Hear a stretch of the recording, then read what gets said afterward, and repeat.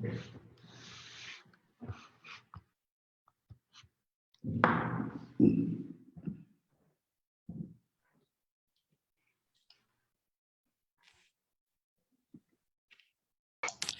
are live.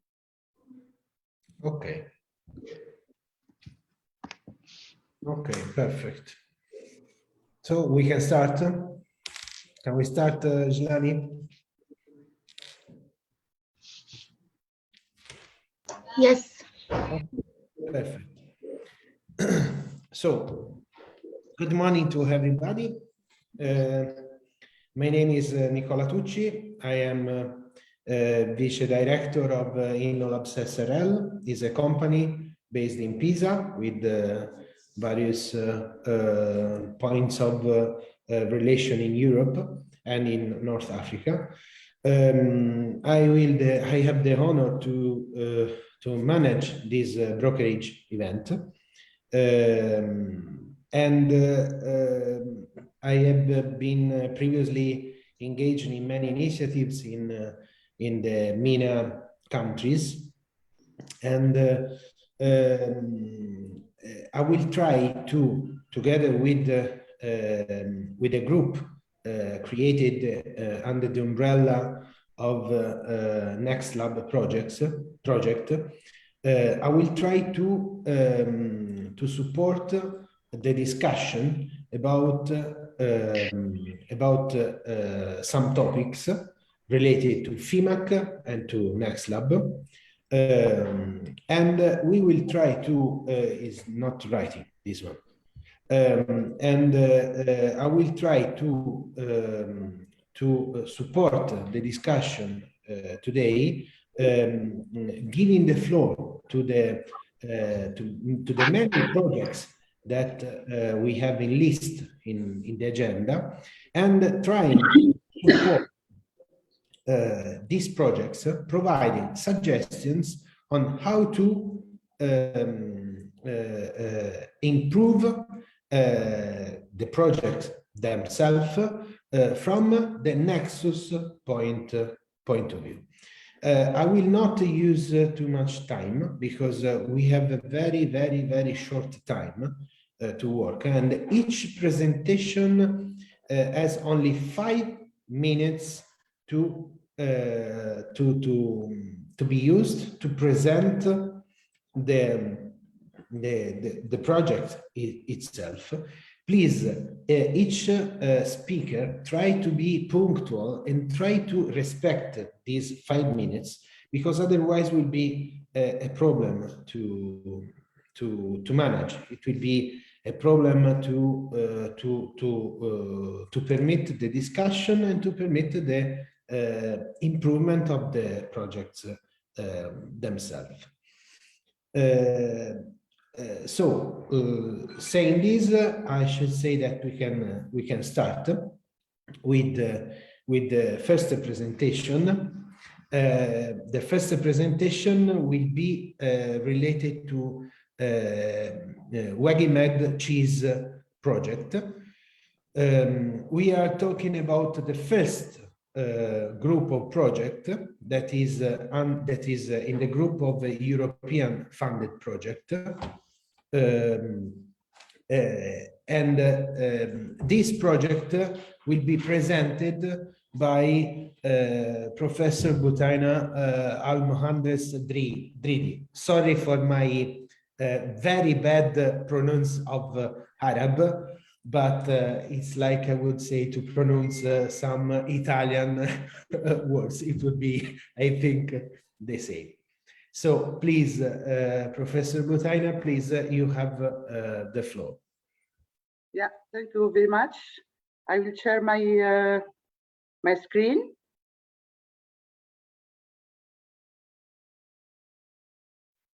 You see the screen? The screen started the screen sharing.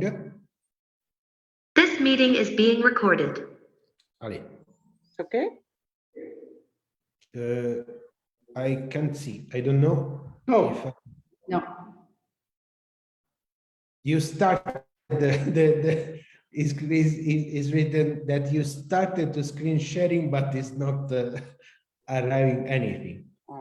Perhaps because of the No. connection. Mrs. Bothaina, I will do it for. I will Okay. share my screen. Yeah, thank you. Welcome. Please, Bothaina, try to be to respect the 5 minutes. Okay, Okay. of course. Thank Yeah, you. You have the floor. no problem. I can begin? Sure, please. Yeah.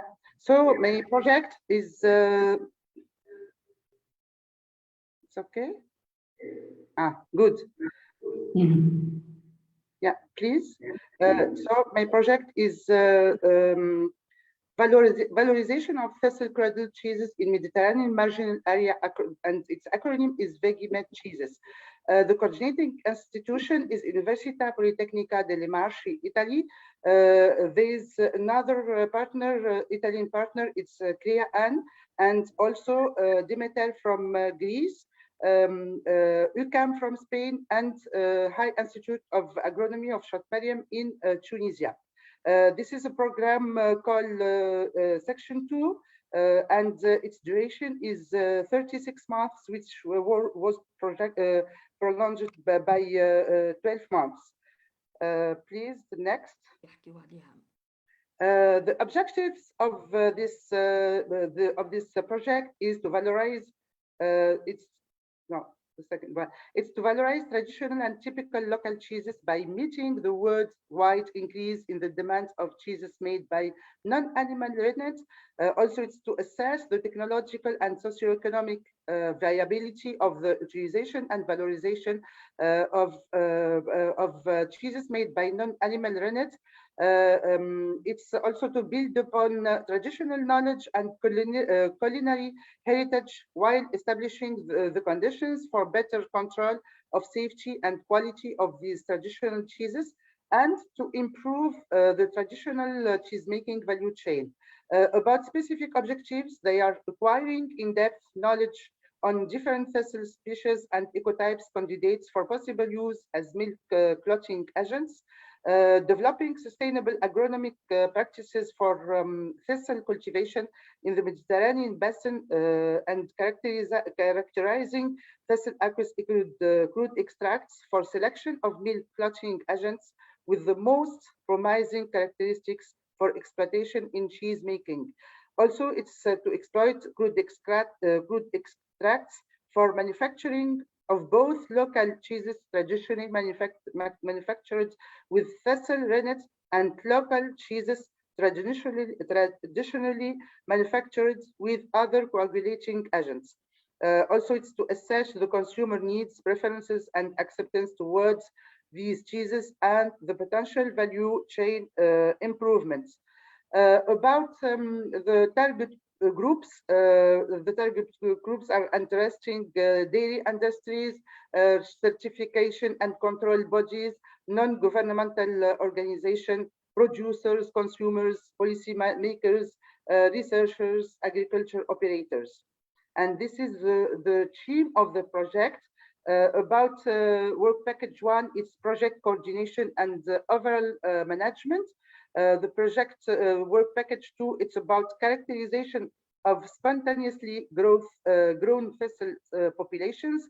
The work package 3, it's about sustainable cultivation of thistles, about these species.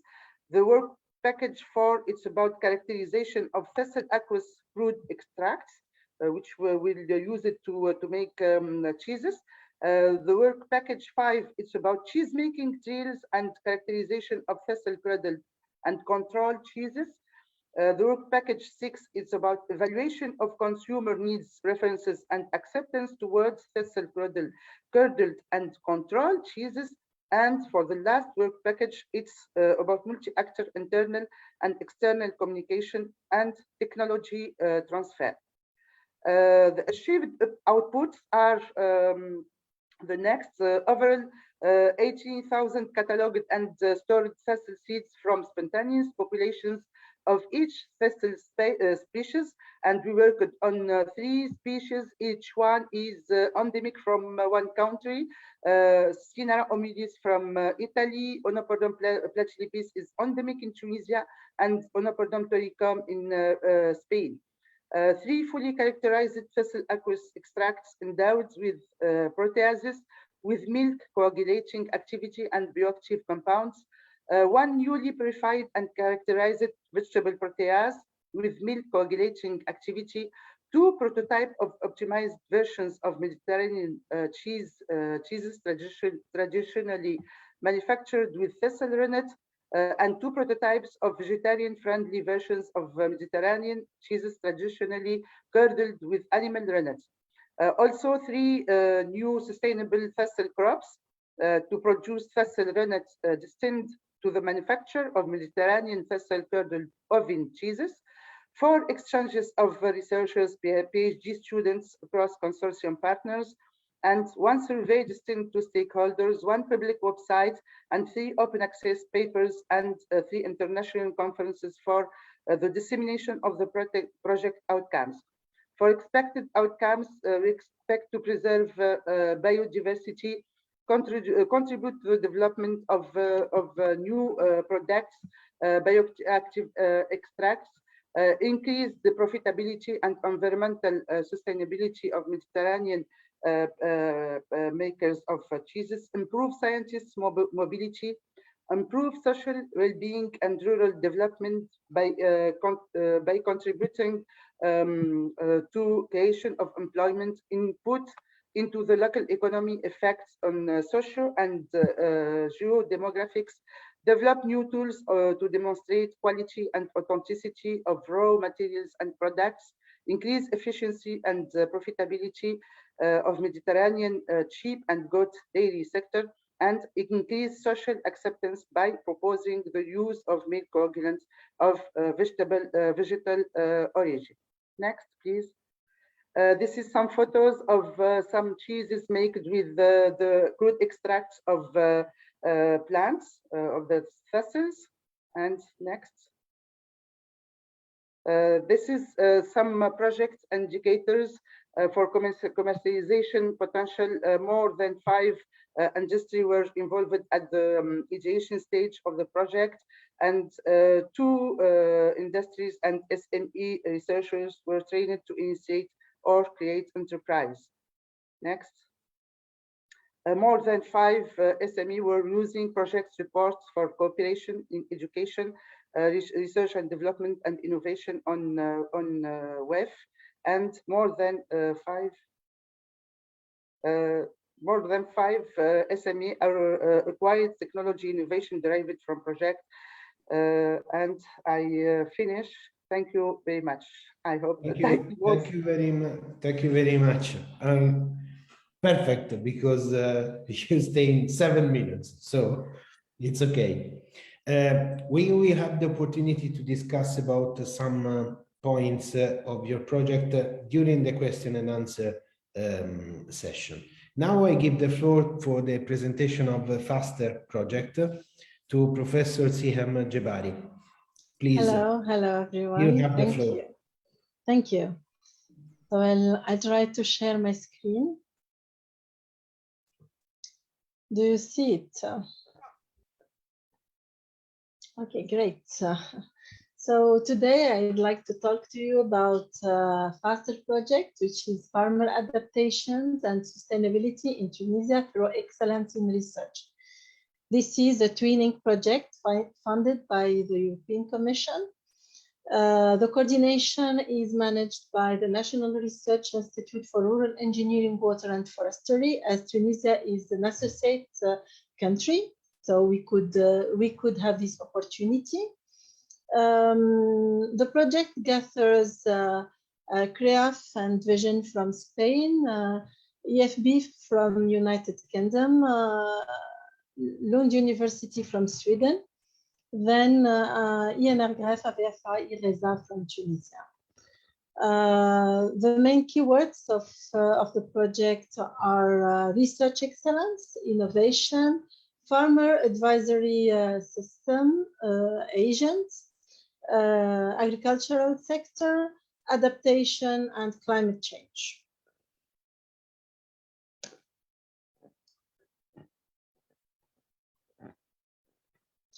Can you see the second slide?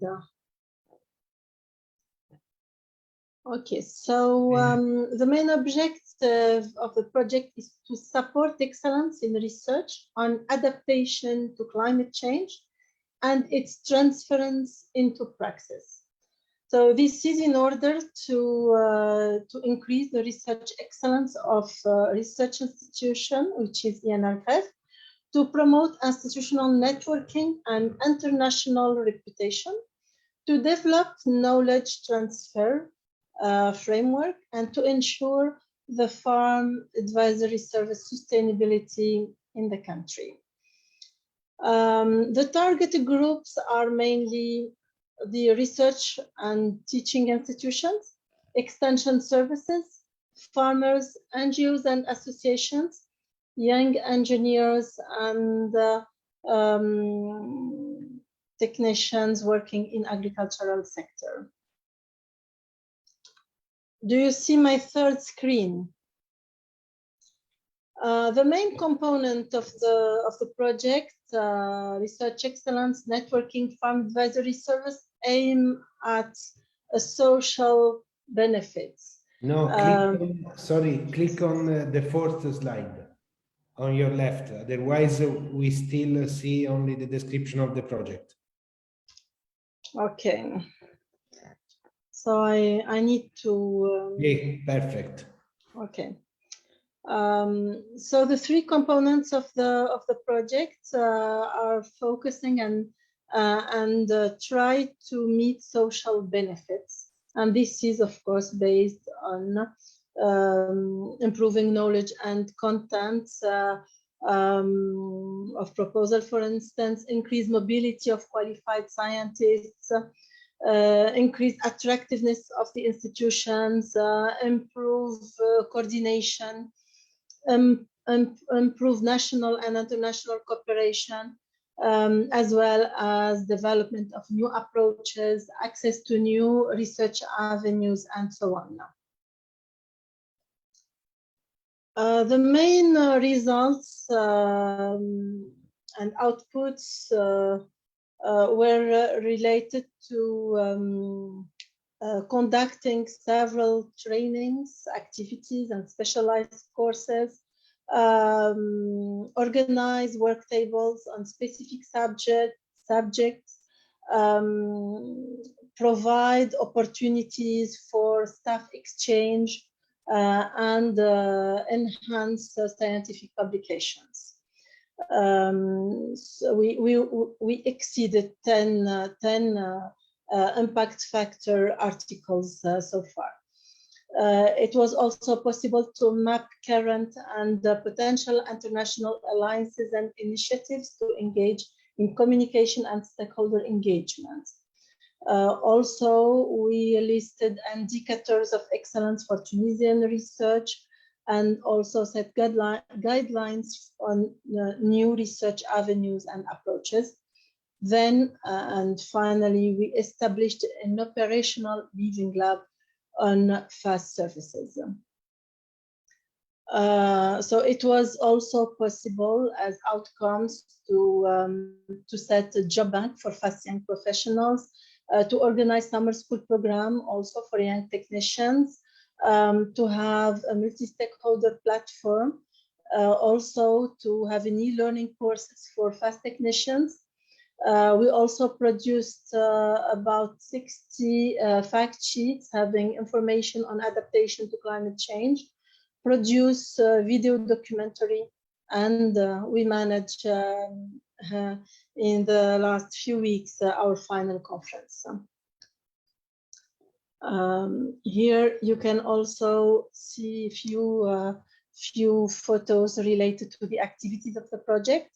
As success story, now we have an ambassador from our partner who is appointed by the European Union Climate Pact. We are also taking part of the European Bioeconomy Network, The pictures in my left hand are pictures of the Living Lab Dynamics and workshop. We could mobilize more than 300 members for this Living Lab.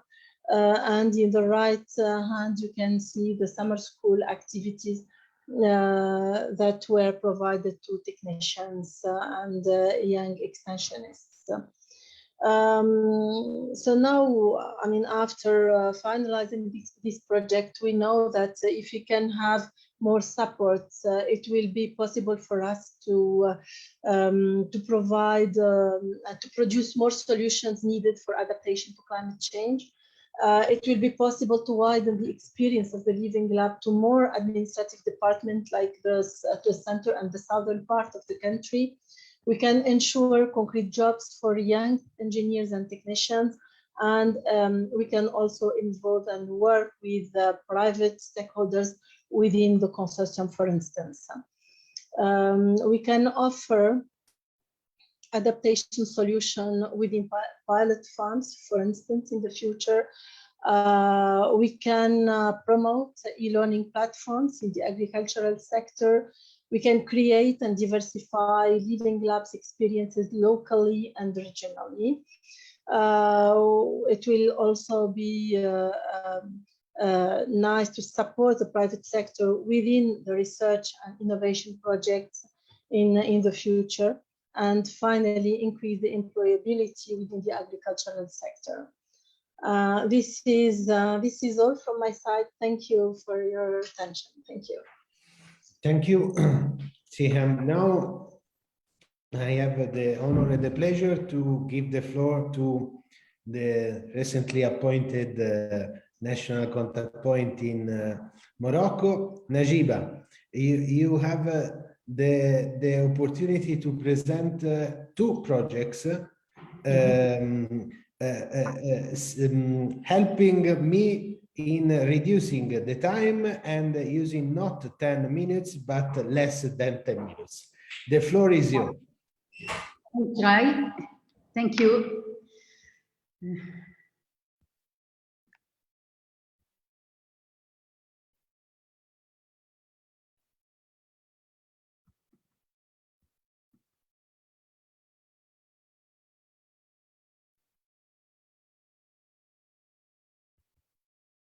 You see my presentation? We see my face. Okay. Okay.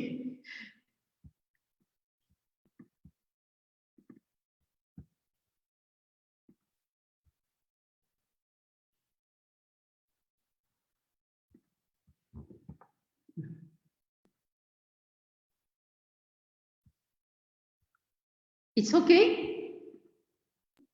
Yeah, perfect. Please.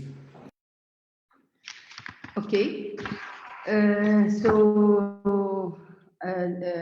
My presentation will deal with the two projects in which my university is participating. The first one is about the PRIMA project, Pro Small Agri-Made, for promoting soil fertility, yield, and income in smallholder agriculture for semi-arid and arid Mediterranean regions by management of beneficial soil microbiota, conservation, agriculture, and intercropping. The project is coordinated by Università del Piemonte Orientale from Italy and carried out by a consortium consisting of 9 other partners, which are CREA from Italy, UNEPAR ANPBio, and CTH from Algeria, Qualisud Moissa and QPF from France, USNDA from Morocco, and INAT from Tunisia. The budget of the project is 1,066,375 euros for a duration of 36 months, and it started last June. The project aim to improve small farmer agronomic practices through the promotion of the rational use of beneficial soil microbiota and their positive effects on productivity of intercropped perennial and short-term species and synergetic cooperation between farmer and the food value. The target beneficiaries are farmers in general, including young new farmer and female farmer, the farmer association and cooperative, the consumer association, researchers community, investor and authorities, and in general the rural population. Pro-Small Agreement is organized in 8 work packages. Work package 1 for coordination and management, work package 5 for quality evaluation, and 6 other work packages taking care of research and development activities and dissemination as illustrated here. With the project work package 1 is about the collection of native inocula and their characterization. Work package 3, the strategy of mass production and inocula. Work package 4, the agronomic experiment to be held and collection of yield. The work package 6, the economic and environmental impact assessment. Work package 7, the dissemination of results. And the work package 8 for the training. The outcome of the project till now, as you can see, no logo, no website. That means the project has some delay. The outcome expected by the project will be instrumental in increasing the food and byproducts production and in upgrading the ecological and agroecological condition of semi-arid and arid area, the social and economic condition of farmers and of the countries hosting new enterprises, and the ability of local smallholder farmers to exploit important agronomic information from similar area and adapt it to their own area. Till now, no results, but what we can say that Pro-Small Agreed made results. They contributed to the prima operational objective, smart and sustainable farming, including increase the efficiency of uptake and use the natural resource and the soil ability to retain water, nutrient in the long time, reduce the risk of having scale yields and profit, and favor crop adaptation to climate uncertainty, capacity building, and some results of research, especially on dryland farming systems, ability to overcome water and nutrient shortage, and ability of the system to increase the redistribution of the water from rainfall during water laking seasons. Regarding the clustering opportunity, the project offers competencies and knowledge about bio-inoculants for improvement of agricultural production and new agronomic practices, and need some socio-economic partners to share and to test the results of their research. Regarding the second project, it comes to aquasalads for agricultural effects on island saline water bodies and on Lake Laguna hydrological complex, coordinated by Université de Pau et des Pays de l'Or from France, and taken with the 4 other partners that are Spanish National Research Council from Spain, Faculté des Sciences de Bizerte from Tunisia, Université Bedji Moussar de Annaba from Algeria, et Université Sidi Mohamed Abdullah from Morocco. The project is funded in the framework of Eranet Med program with budget of 455,500 euros. and it's for duration of 38 months. It will finish in next June. The main objectives are to characterize the impact of human activities on microbial communities in aquatic environment from saline arid area, to determine a set of indicators of assessing the environmental health in saline arid wetland. The target beneficiaries are scientists, environmental management agencies, and Ramsar protected area management agencies. The project is organized in 5 work packages. Work package 1 for management, work package 2 for monitoring and sampling, work package 3 for characterization of the agrochemical dynamic, work package 4 for the microbial and macrofaunal dynamic, and work package 5 for communication and dissemination. The achieved outputs are the characterization of aquatic network of soil water sediment continuum about the Ixcal Lake in Tunisia and Salineta in Spain, including physical, chemical parameter, pollutant, and functional and molecular microbial diversity, as well as the determination of the impact of pollutant and salinity on microbial assemblage and identification of microbial indicator. The expected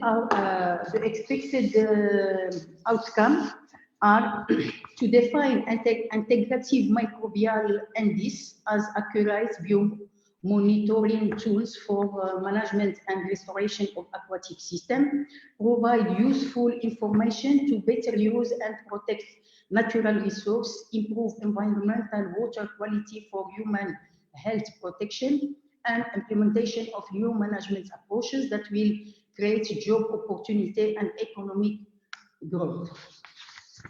The main results of aqua salts are in the case of Ixcal Lake, which is semi-arid area subjected to the pollutant from agricultural and industrial activities. The project characterize bioindicator of compartment, pollutant, and season, still have to confirm some functional capabilities, include indicator in integrative indices, and test these indicators in several ecosystems. In the case of Salineta, which is an arid area characterized mainly by redox changes and high salinity fluctuation.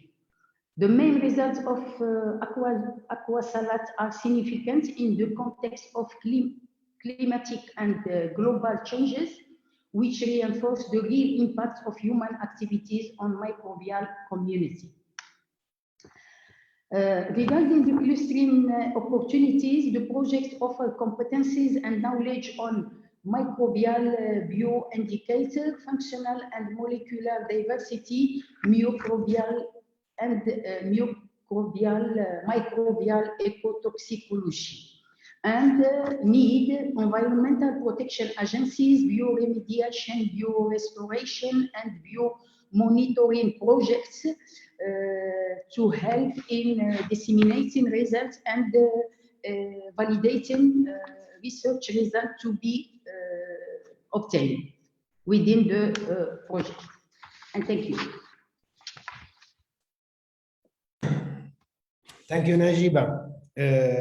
Let's go quickly to the following presentation, the presentation of the fruit fly net project. And I give the floor to Professor Mohammed Braham. Thank you very much. Thank you very much. I will share my screen. Yeah. Najiba, please stop sharing the screen. Okay, perfect.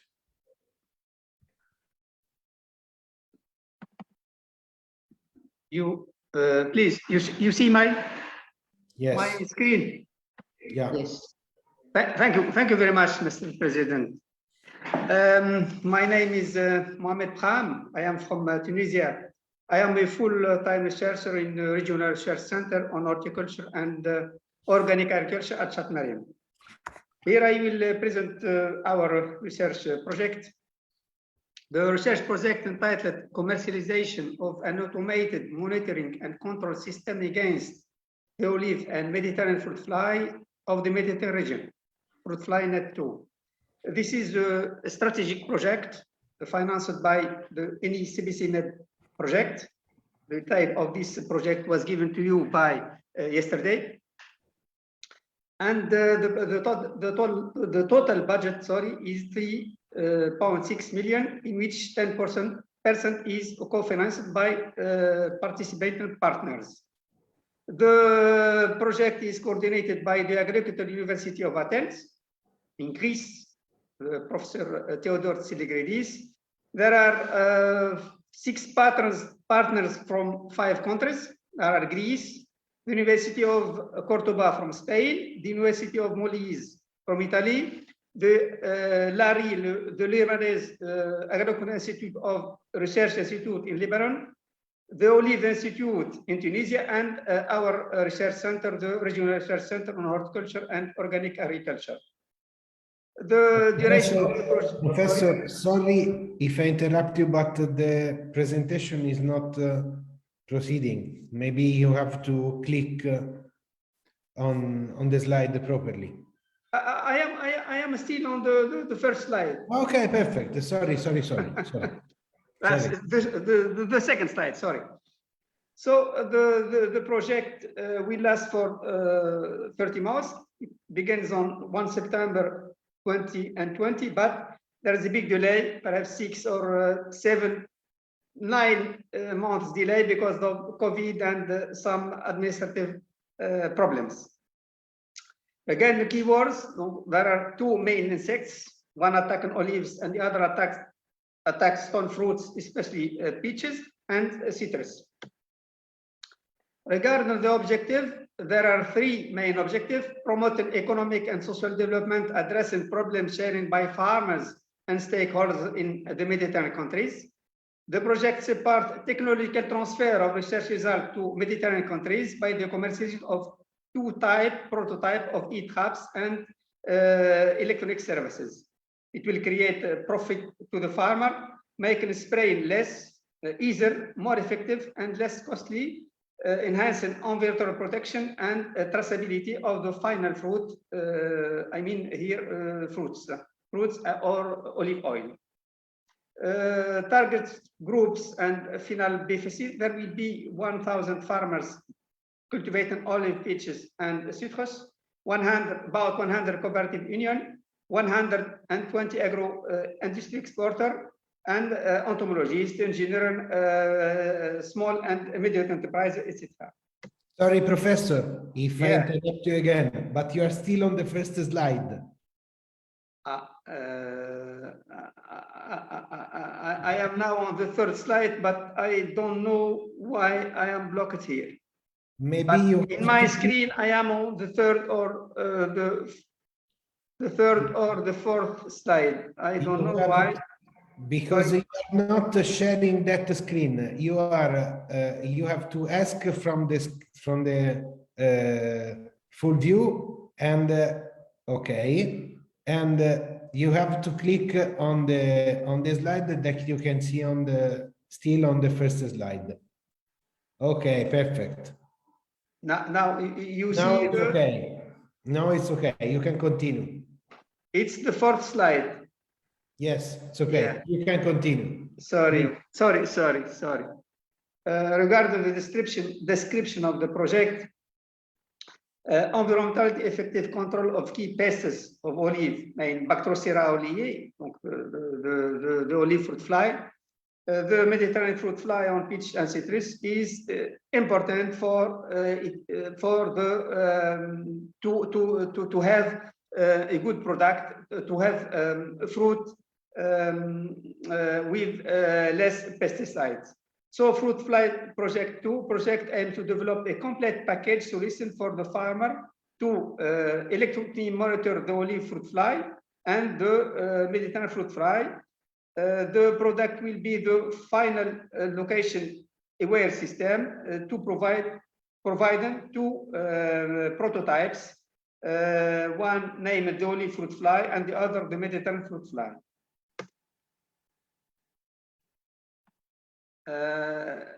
You see the description of the project with 6-word package.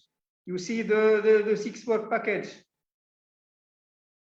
The slide 6. Yeah. Yes. Yeah.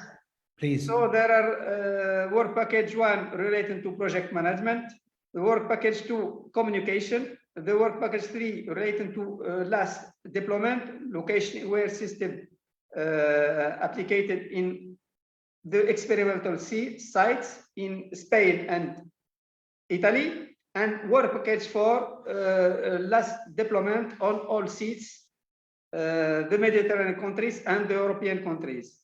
There are also work package 5 with Live Lab and work package 6 with pre-commercialization and finally the commercialization of these prototypes. Sorry.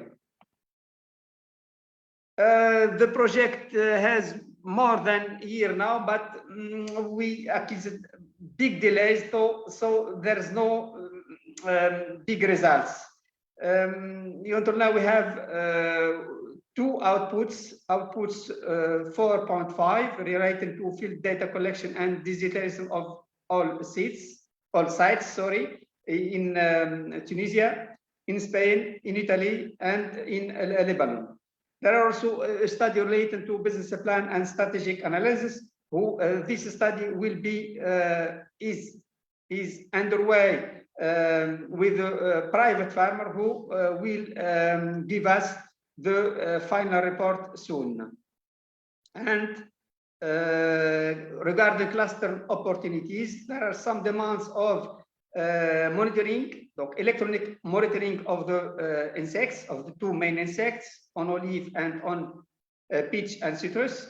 There are needs for reduction of pesticide use because the pesticide residue are still in fruit, and these fruit are exported and consumed locally and exported to the European country, and support integrated pest management implementation and the development of organic farmer. The project will offer 2 improved type of heat hubs, 2 improved set of service for each heat hub, 2 training and testing sites in, as I said before, in Spain and Italy, and 8 weight for all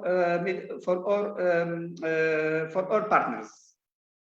And thank you very much. I hope I was in time. Thank you, Professor.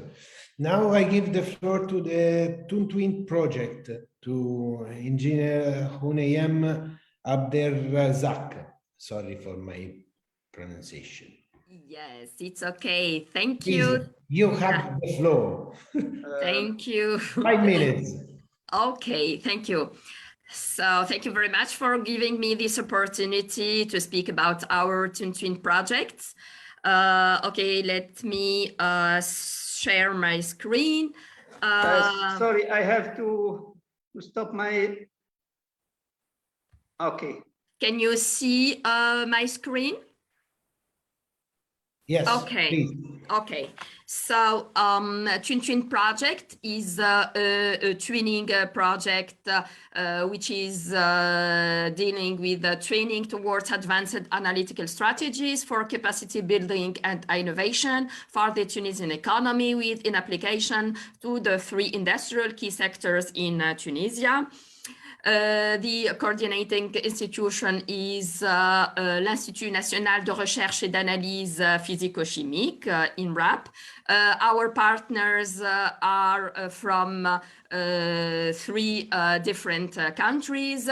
IPREM, which is then l'Institut des sciences analytiques et de physico-chimie pour l'environnement et les matériaux, from UPA, UT2A from ADERA, it's a trace and ultra-traces analysis, and they are from France, Institute of Joseph Stefan from Slovenia, UAB Autonomous University of Barcelona from Spain, and CNRS Lisa Lyon from France.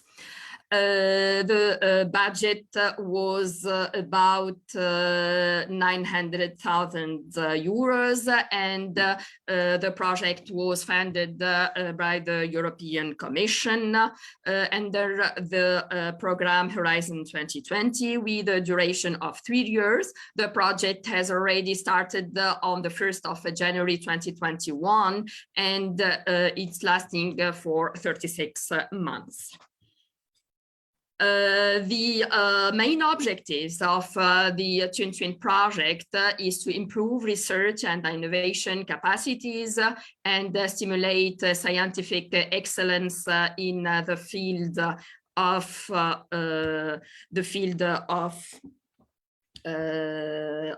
research, of course.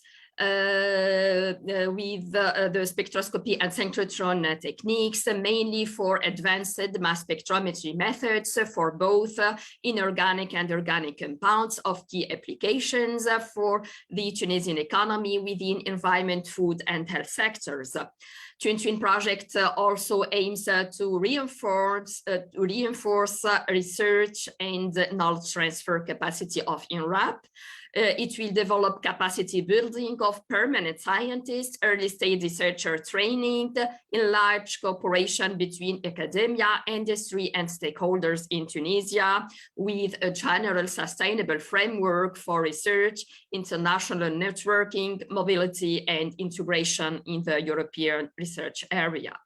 So our target groups are, as I said, researchers, the technical staff, which are composed of engineers and technicians, mainly also the early stage researchers, industries, NGO, universities, etc.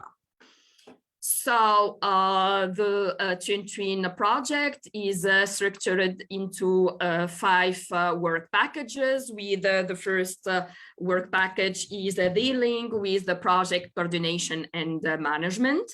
The work package 2 is focusing on the capacity building of researcher and development and innovation for researchers, technical staff, and early stage researchers. The work package 3 will be interested to the strengthening of research management and administration skills of INRAP's project management office. Work package 4 is assigned to the dissemination, exploitation of results, communication, and networking. And in order to ensure continuous sustainability, action plan to allow the unceasing growth of INRAP's excellence, then this is planned through work package 5 activities. So strengthening of INRAP's staff will be developed by European partners of established scientific excellence within specific domains of environment, food, and health through 6 case studies with a proven record of experience. Then for the 3 case studies related to environment, they are dealing with the study of the transfer of metal contaminants and emerging contaminants from their source to different abiotic and biotic environmental compartments. For the case study 3 and 4, for the case studies 4 and 5, they are focusing with the new analytical detection approaches for food authenticity, traceability, and safety to detect counterfeiting and adulteration. And finally, for the case study 6 is dealing with sensitive analytical techniques to provide a rapid clue to the diagnostic of many diseases via routine analysis and to determine the impurity profile of a drug and the metabolic pathways.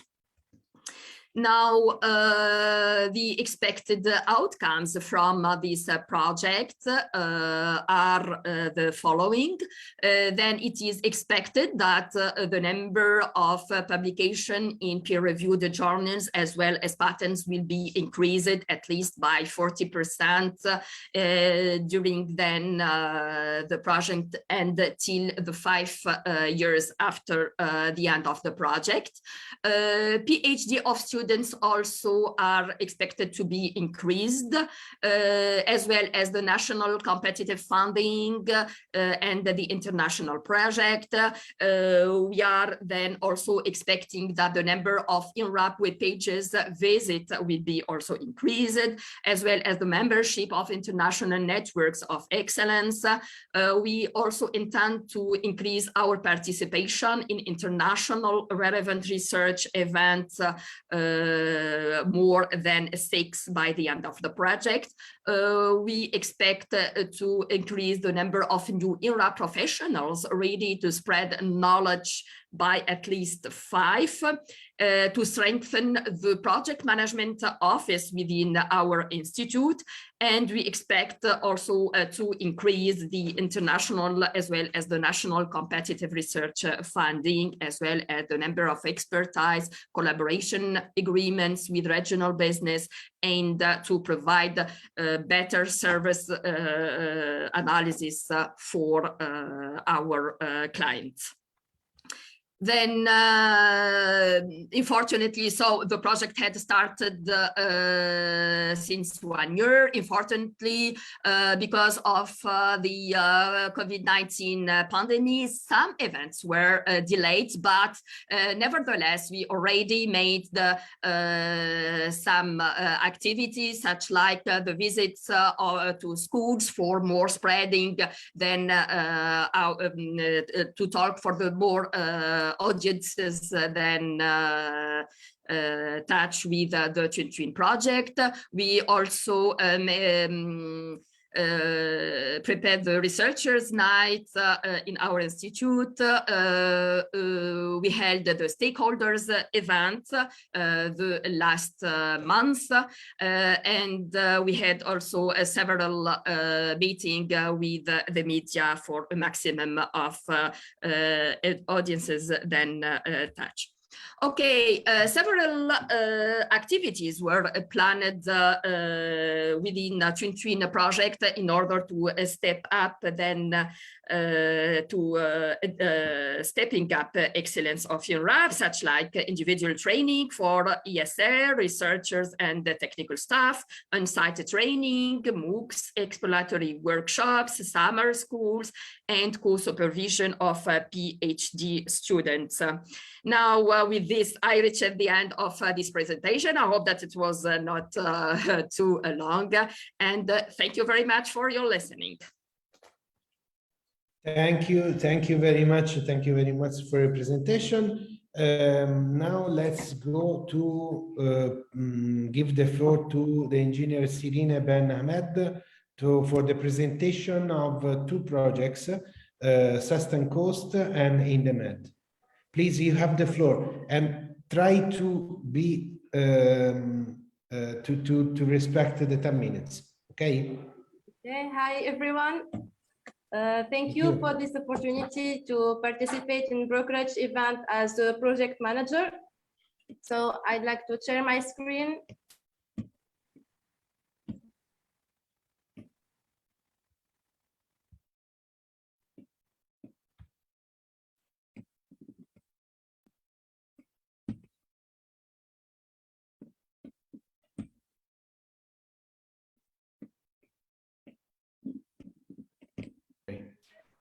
Can you see it? Yeah. Try to move from the second to the first to the second, just to see if it is okay. It is okay. No. You are on the first slide.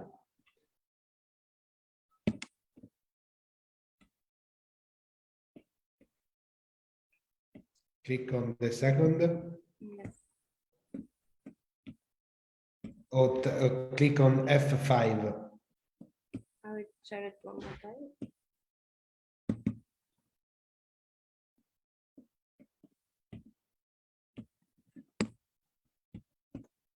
Sorry, I'll try.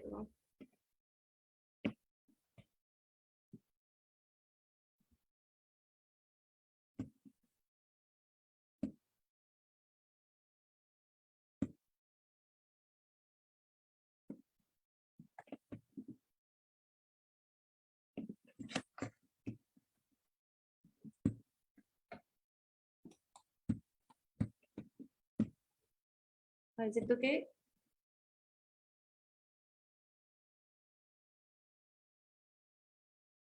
It's okay. I think so. Try to move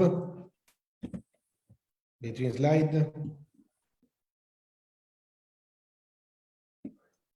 Doesn't work. If Javier can. No,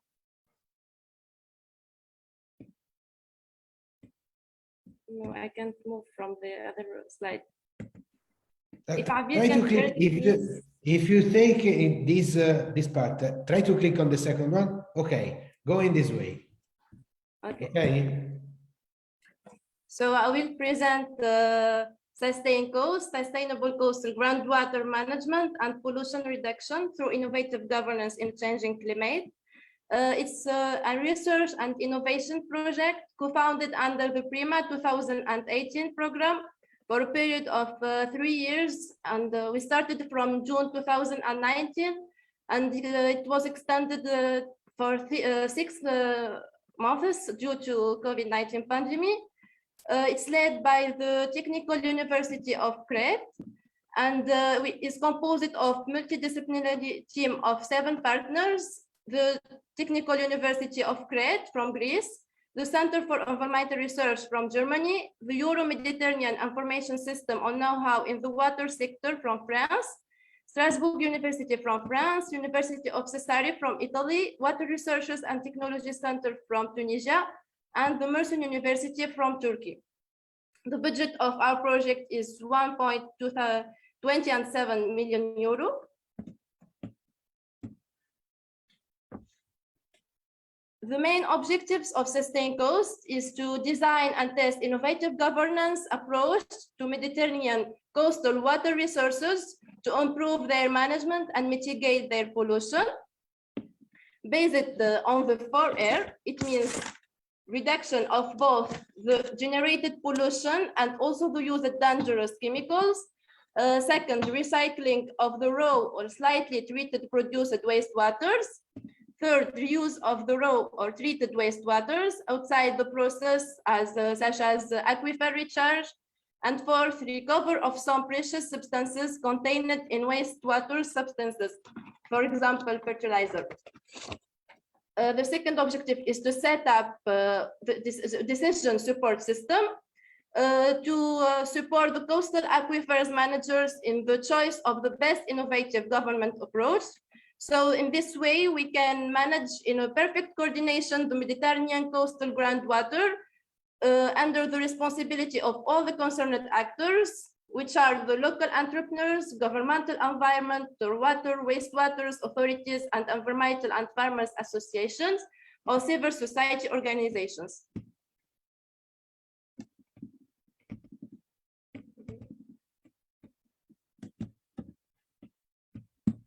So our project is based on 4 pillars, as illustrated below, which rely on the identified strengths in each of the analyzed contexts and to deconstruct weakness through facilitated social learning processes to enable stakeholders to improve their responsibility to environmental, climate, and economic pressures.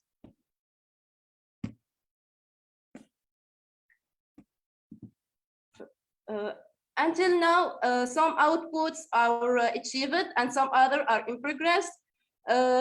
Here, the case studies, I will start by the achieved outputs. The case studies characterization by collecting and analyzing all the available data for each case studies. Then the support of the use of integrated high resolution monitoring sensors. Here, we are developing the hash RMS. Then the support of main polluters in adopting the best available wastewater treatment technologies, numerical modeling of coastal aquifers water flow and quality progress in time. This task concerns the use of consolidated process-based models for the prediction of groundwater flow and pollutants transport. We established also the stakeholders mapping, and it's a critical component of the scoping phase of any stakeholders engagement process. We prepared thematic maps for drastic model. It includes an water governance and institutional assessment, and here it includes an assessment of the current strengths, weaknesses, opportunities, and the threats of the water governance system in the 4 Mediterranean case studies. We also did a detailed communication and dissemination plan was developed and the website was created. Also, we had participate in international conference. For the expected outcomes, we aim to strengthen desirable coastal water resources management options, prevention of coastal groundwater pollution, active engagement of concerned stakeholders in a social learning process, and reinforcement of monitoring, communication, and dissemination activities. As a result of our project, this stakeholders mapping, and this map was elaborated to summarize the analysis of the main stakeholders group for the 4 case studies. Here, the stakeholders were grouped based on their scale, national or local, their status, public, private, or civil society. In addition to that, they were categorized based on their role in relation to the project, for example, supporter, follower, or mentor, as well as their role in relation to the case study, customer or actor or owner. Lastly, stakeholders were grouped based on their stock of capital, economic or social or human, their level of involvement, motivation to change, and potential for conflict.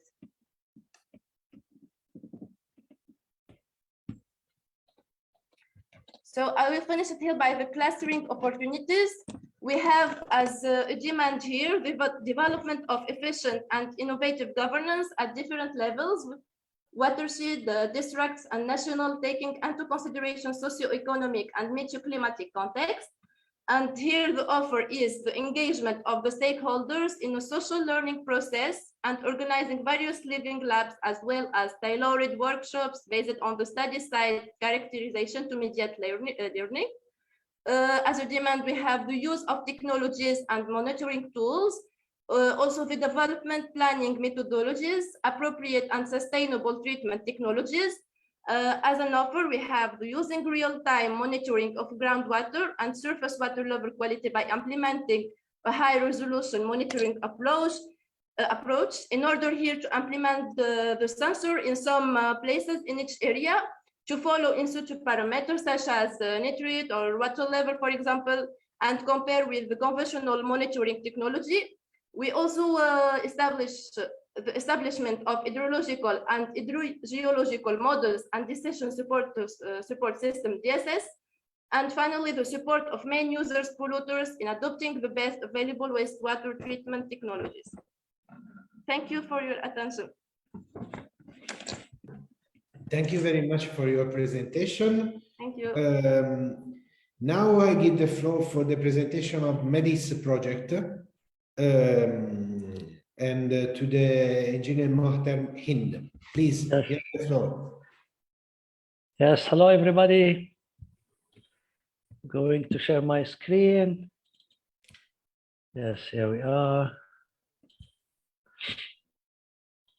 Do you see my screen? Not yet.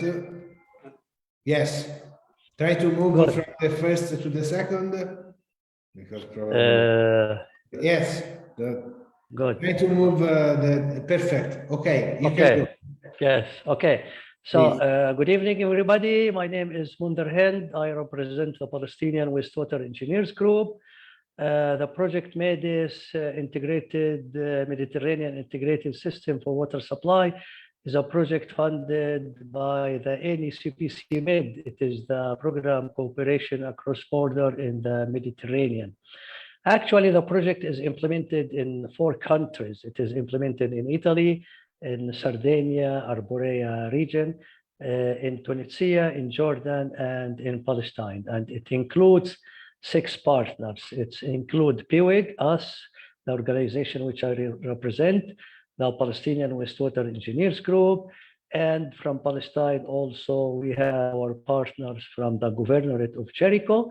We have Aqaba Water Company from Jordan, and from Tunisia we have the Institute of Arid Regions from Medellin, and from Italy we have the Center for Research Krenos from the University of Cagliari, Sardinia, and we have Sardinia Water Authority.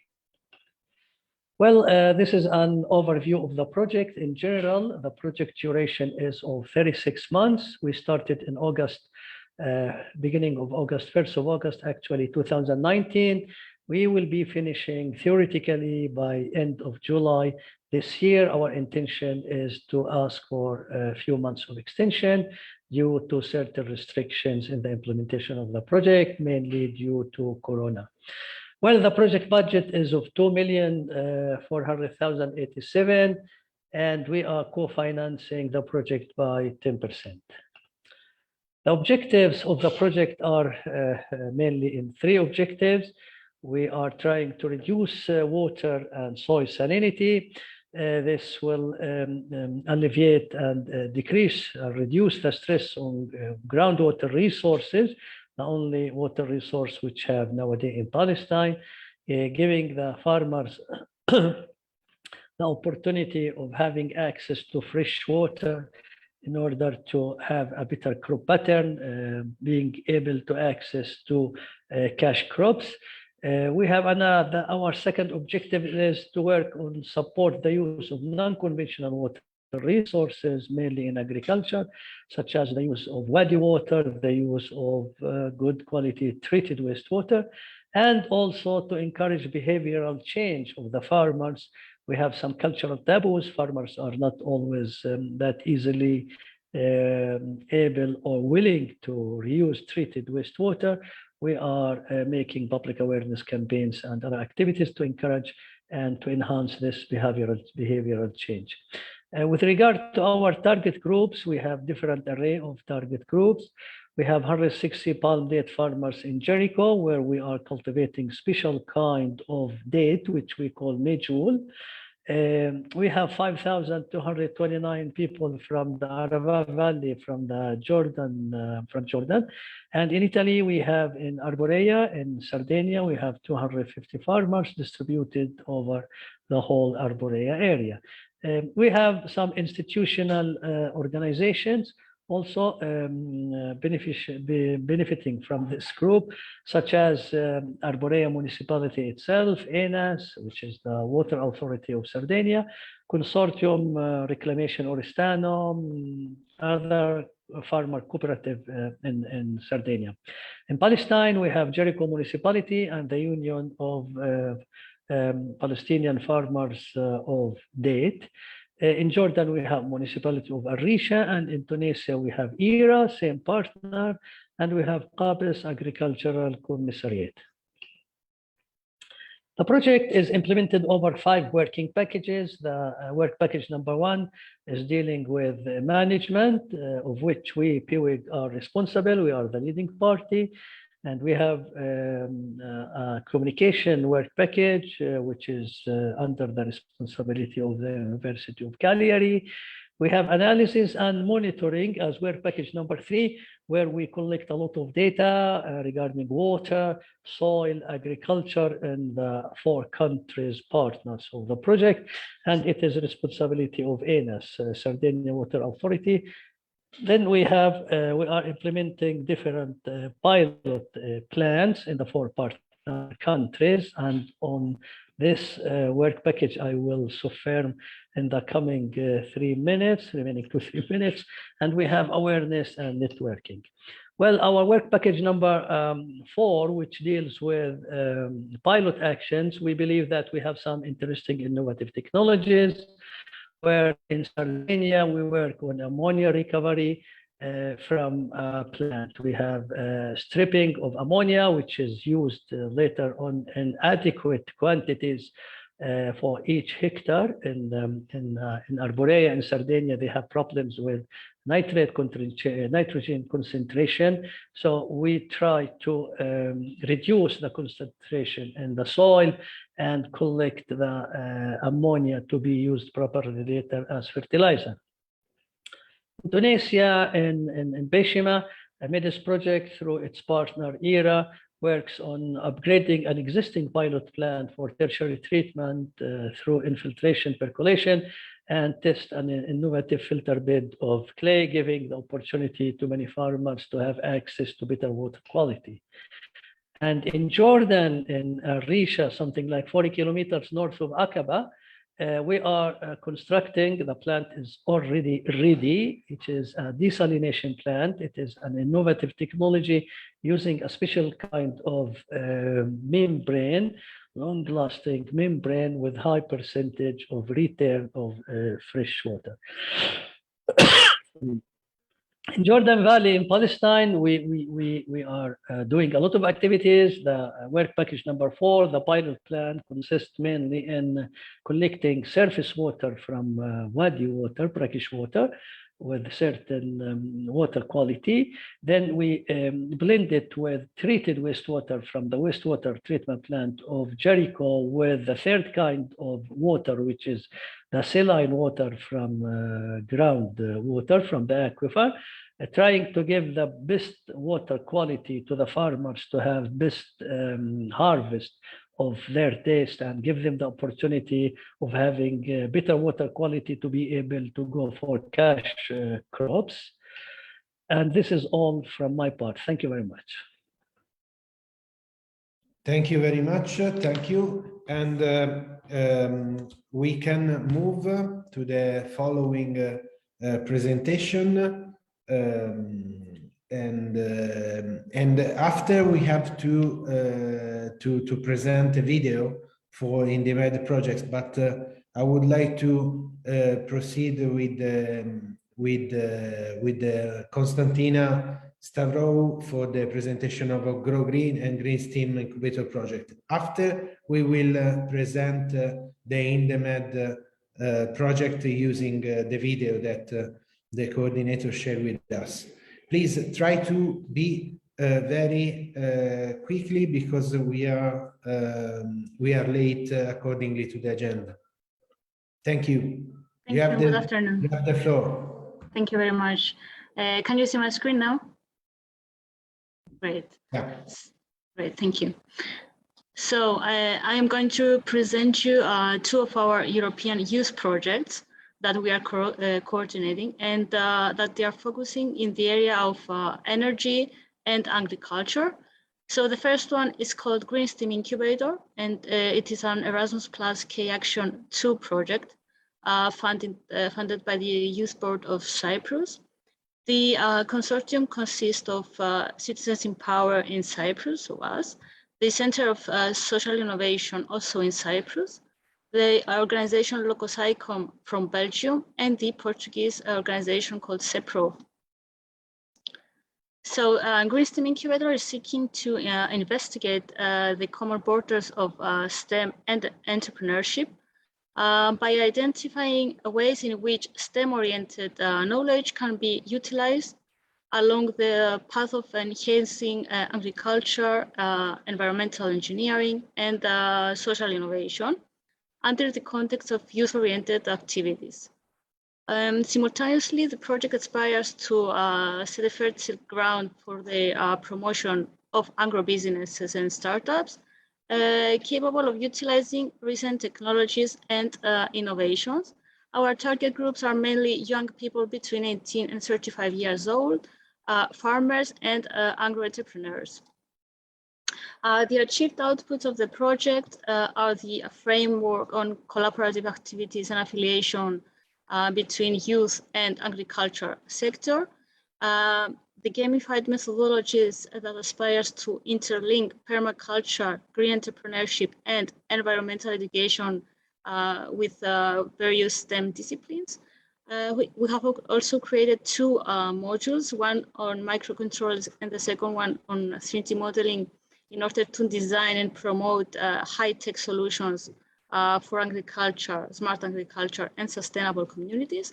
And the last output was the exhibition of the final products that youth organizations have created that are targeting challenges on climate change.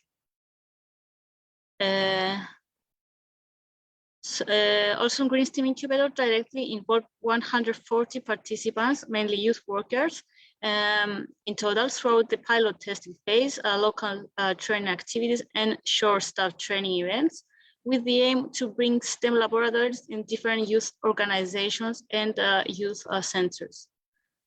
I'm going to skip this video in order to respect our time limit. Thank you. So the second one is the Grow Green project, also an Erasmus K Action 2 project funded by the Cyprus Youth Board, and also focuses on agriculture and agro-entrepreneurship. The consortium consists of the Cypriot NGO Citizens in Power, the Greek NGO IED, and the Spanish company Red to Red. The three organizations share a common objective, which is to provide young people with the necessary skills that contribute to their coveted entry into the business arena. And the Grow Green project aims to help young people to construct their business ideas correlated to the agriculture sector. The project also seeks to provide concrete guidelines on how to develop the necessary skills and competences to accomplish the above target by using innovative ideas and methodologies in order to meet the recommendation on youth guarantee already adopted since 2013. Our Grow Green project not only enriches young professionals' knowledge concerning the field, but it also contributes to addressing the issue of youth unemployment by boosting rural and regional economy through the creation of new agribusiness. More specifically, the amplification of education in combination with the creation of strong networking among young people in the sector is definitely helping to refresh the economic activities in rural areas. The target group is also here the young people between 18 and 35 years old, farmers, agronomists, youth workers, and agro-entrepreneurs. Grow Green does not only focus on young people who want to start their own business, but it also seeks to provide additional knowledge and skills to persons who are already engaged in the agriculture and bioagriculture sector, and simultaneously ensuring the creation of strong networking with other successful professionals.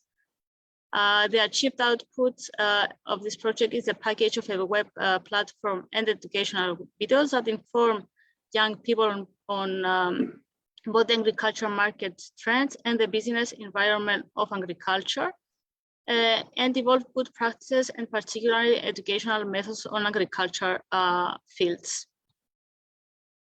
I will skip that video also, and thank you very much for your attention. Thank you very much. You have been perfect. So the order now is that before the video, we proceed with the presentation of Agritech project from Mr. Walid Gadas, and then we present the video in the end. Please, you have the floor. Try to be conscious and to respect the 5 minutes. Thank you very much, Nicola. I will present the project Agritech Tunisia. Can you see my screen? Yeah. Okay. Yeah. So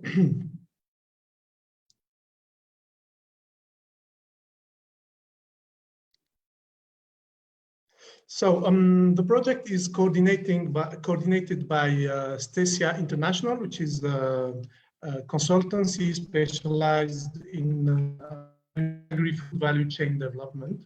And the partners of the project are the IDEP, Institut Africain de Développement Économique et de Planification, which is part of the United Nations Development Program, OPTIC, which is a organization of the ICT professionals in Senegal, and Fondation Origine Senegal, which is the association of fresh fruits and vegetables from Senegal.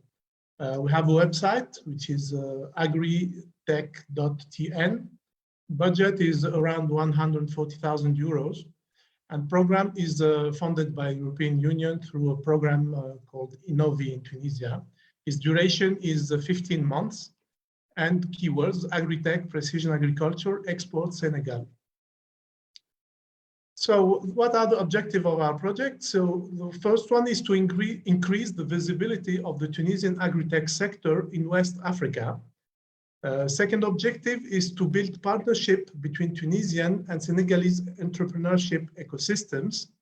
And third objective is to build partnership between Tunisian agri-tech startups and Senegalese players from the agri-food sectors, which are commercial farms, cooperatives, importers, agri-tech startups, etc. And our main target group is the Tunisian agri-tech startups. So what the description of the project? So, first step was to study the Senegalese agri-tech market in August 2021. Then we made the pre-selection of 10 Tunisian agri-tech startups out of 50 that submitted an application to our program. And we've made the final selection of 6 beneficiaries in September 2021. Then we started the phase of training and individual coach of the startups from September to December. And in the same time, we started also the selection of 50 Senegalese partners. And we will finish this part in February. And what is planned in the next few months is to organize the Tunisian Agri-Tech Week in Dakar in March 2022, and then support and coach the Tunisian startups in the negotiation with the Senegalese partners. What we have achieved today, so we have prepared the market research on the Senegalese agri-tech market with which highlighted the opportunities, the sectors where there are opportunities for Tunisian startups to export their solutions. We selected the 6 startups, and we achieved 3 training sessions on exporting agri-tech solution to Senegal, and organized 3 webinars on internationalization opportunities, digitalization of the Senegalese agriculture sector, and how to approach the West African market. Expected outcomes, so the 6 Tunisian startups that will participate in the Tunisian Agri-Tech Week in Senegal, we expect that they sign contracts with Senegalese partners. We expect also that Tunisia is recognized as an important player in the agri-tech sector in West Africa. And we expect also to build bridges between Senegalese and Tunisian entrepreneurship ecosystem players. So these are some photos of the trainings of the startups that have been selected, that comes from different that have different kind of solutions: smart irrigation, smart heating, smart cold store management, etc. So a photo of the jury that selected 6 startups, and clustering opportunities. So our demand is for partners, because we want to scale up the Agri-Tech Tunisia project for more Tunisian startups, because we received 50 applications and we could only take 6. And we want also to target more markets in West Africa, but also in the MENA region. We are looking also for partners for implementing an agriculture digitalization project in Senegal and Côte d'Ivoire. And we are looking for partners to develop agriculture digitalization project in the MENA region, specifically Morocco, Algeria, Egypt, Jordan, and Lebanon. And what we are offering expertise in supporting the internationalization of agri-tech startups in Africa and in the Middle East, expertise in agriculture digitalization, and expertise in supporting rural entrepreneurship. So for more information, please visit our website, stesia.com, or the agritech.tn. Thank you very much. Thank you very much, Mr. Walid. Now I give the floor to Mr. Atem to introduce the project in the Med. Thank you very much. Hi, everyone. For In the Med project, just we choose to present a short video of 2 minutes, I think, of the principal investigator and coordinator of the project, Ms. Prof. Jaime Hernandez, that summarize the objective and the purpose of the project. Just before that, I would like to say some words about the project before playing the video. In the MED is the acronym of Innovative and Sustainable Groundwater Management in the Mediterranean. It's a research and innovation project coordinated by the Polytechnic University of Valencia in Spain and funded by PRIMA Program Section 1. The consortium is composed by 7 partners from 7 countries: the Polytechnic University of Valencia in Spain, the Water Research and Technology Center in Tunisia, the Helmholtz Center for Environmental Research in Germany, the University of Parma in Italy, Burgazici University in Turkey, Technical University of Crete in Greece, and the Association of the High Technical Institute for Research and Development in Portugal. We work on 5 case studies in Tunisia, Turkey, Greece, Portugal, and Greece, and Spain. Excuse me. For a duration of 3 years, beginning from the 1st of March 2020 until the end of February 2023. We can move to the video. Maybe. Thank you. Are you able to share the screen? Yeah. You have 3 minutes. Okay, the video is 2 minutes. Yes. Okay. Please say to me if you hear the audio of the video. Imagine a groundwater manager. It's okay, but we cannot see the video. Maybe you have to put in the full screen mode. Yes, try now. Sitting in front of the Yes. Okay, so I begin from the. Imagine a groundwater manager sitting in front of the computer with a window open to a website where questions about the response of the aquifer to a reduction of infiltration in a dry year could be asked and answered almost instantly. Imagine a farmer in need of introducing a new fertilizer who could query the same website and know the impact that a given load will have on groundwater quality. Imagine a hydrogeologist building a numerical model to analyze the impact of some dewatering wells, who is in need of historical data about the evolution of isometric levels in the aquifer, and being able to get those data instantly online in a low cost. Imagine a citizen, any citizen, yourself, concerned with climate change and interested in the evolution of groundwater reserves in the region, and obtaining this information from the cloud. Imagine innovative, sustainable management of groundwater in the Med. Stop imagining, because this is in the Med, a project aimed at providing the most innovative decision support system tools to be demonstrated and applied in selected case studies around the Mediterranean. A project also aimed at fostering the sharing of data, methods, and results, making sharing the rule rather than the exception. tools solidly founded in the most advanced system processes and socioeconomic models, and the participatory involvement of all stakeholders, from water authorities to end users, from hydrogeology experts to total system analysts.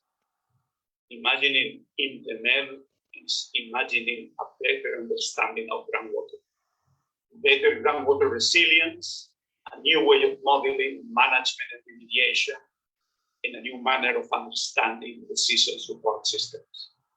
Always aim at ensuring groundwater sustainability in water-stressed areas in the Mediterranean.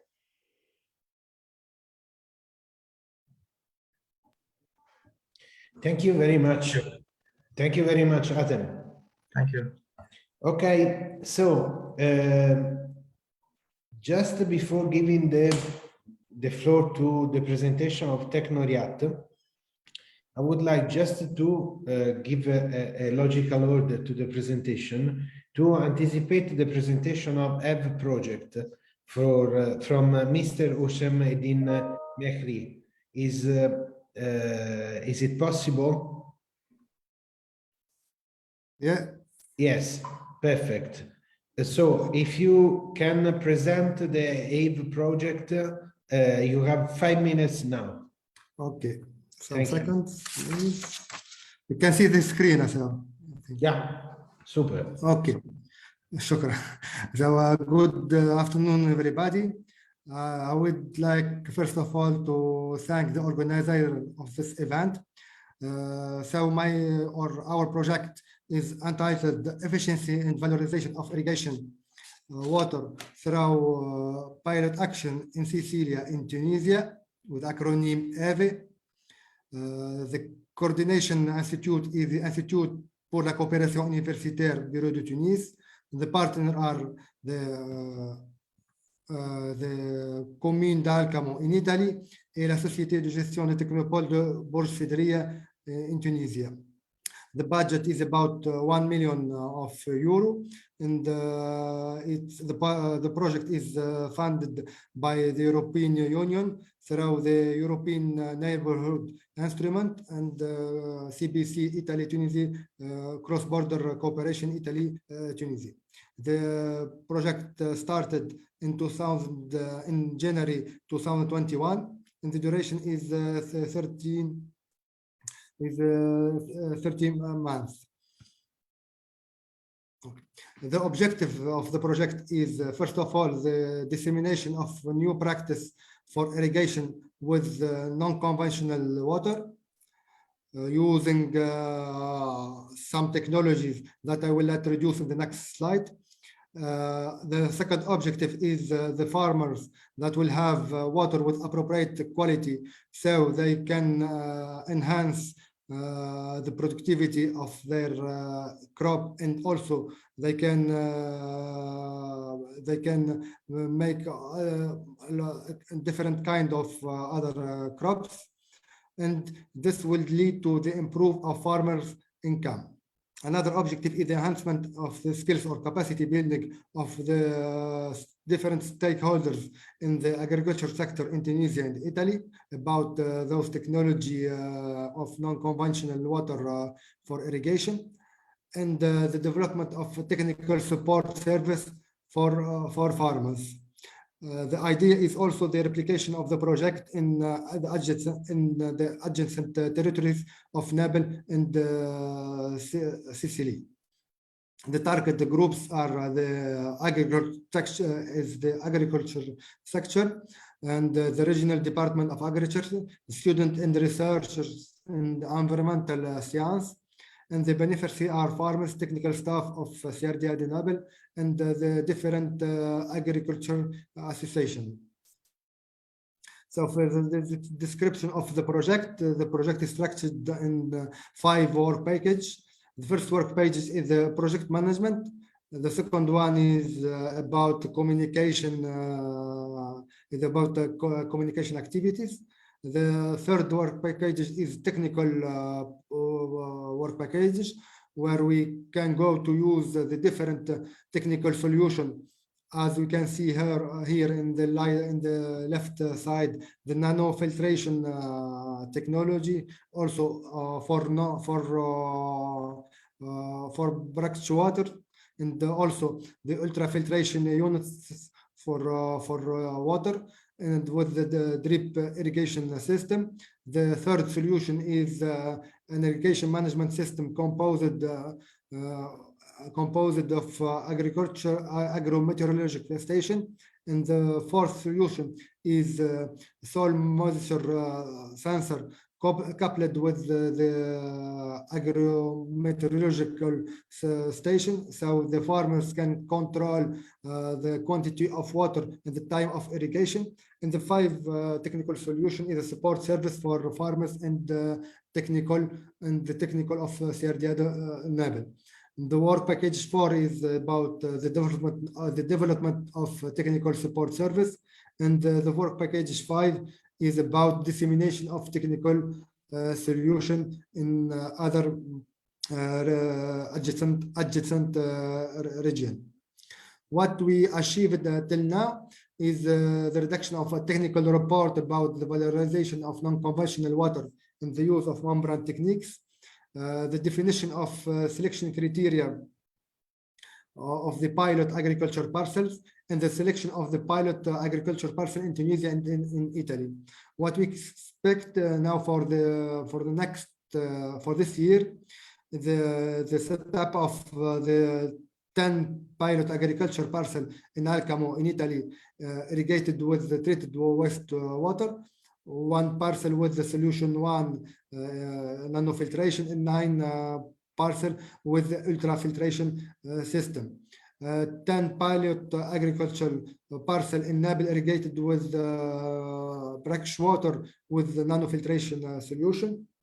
Also 15 hectares of agricultural parcel irrigated with agrometeorological station and soil probes also, and the development of technical support service for farmers and for the different technical solution. Also the capacity building of about 40 technical person in Nabil in Italy, and the dissemination and the demonstration of the solution in the adjacent territory. As some results here we can see some photos about the pilot parcel that was selected here in Nabil for different crops, where we go to set up the nanofiltration system. What we demand, let's say we demand the exchange of best practice for those technical solutions for irrigation with unconventional water. We want also interact with other projects to build a roadmap to meet the challenge of water stress and climate change in Tunisia. Participate as a community in drawing up a national strategy for the use of unconventional water, and replicate those solutions in adjacent territory of Nabil in Italy. We can offer access to the to those technical solutions installed here in Tunisia or in Italy. We can also have people that can visit those equipment, and we can give them the evaluation report of the performance of the installed solution. And when also we make the replication, we can also help them to set up those solutions in their territories. Thank you everybody for listening. This is the website of the project if you have more questions. Thank you. Thank you very much. The time for question will be after the presentation. Now we have the two last presentation before the question and answer slot. We give the floor to the presentation of Technoriat project, but I would say more than a project is a program. And after we have a very quick interview about another, is not a program, but is about an initiative, and that is a European initiative. We want to finalize this block with these two initiatives. So please, Mr. Hamza, you have the floor. Try to be very quickly, because we have only 5 minutes, and your presentation would be very is very important. So thank you. Hello, everyone. Nice to meet you. I'm Hamza Gizeni. I'm the Incubation and Acceleration Director with the program Technoriat. Mr. Hussein, could you give me the authorization to share my screen? Because you are still on. Hello, Mr. Hussein? Yes, 1 second. Yeah, I can share my screen when yes. you are sharing. Yeah, please. Thank you.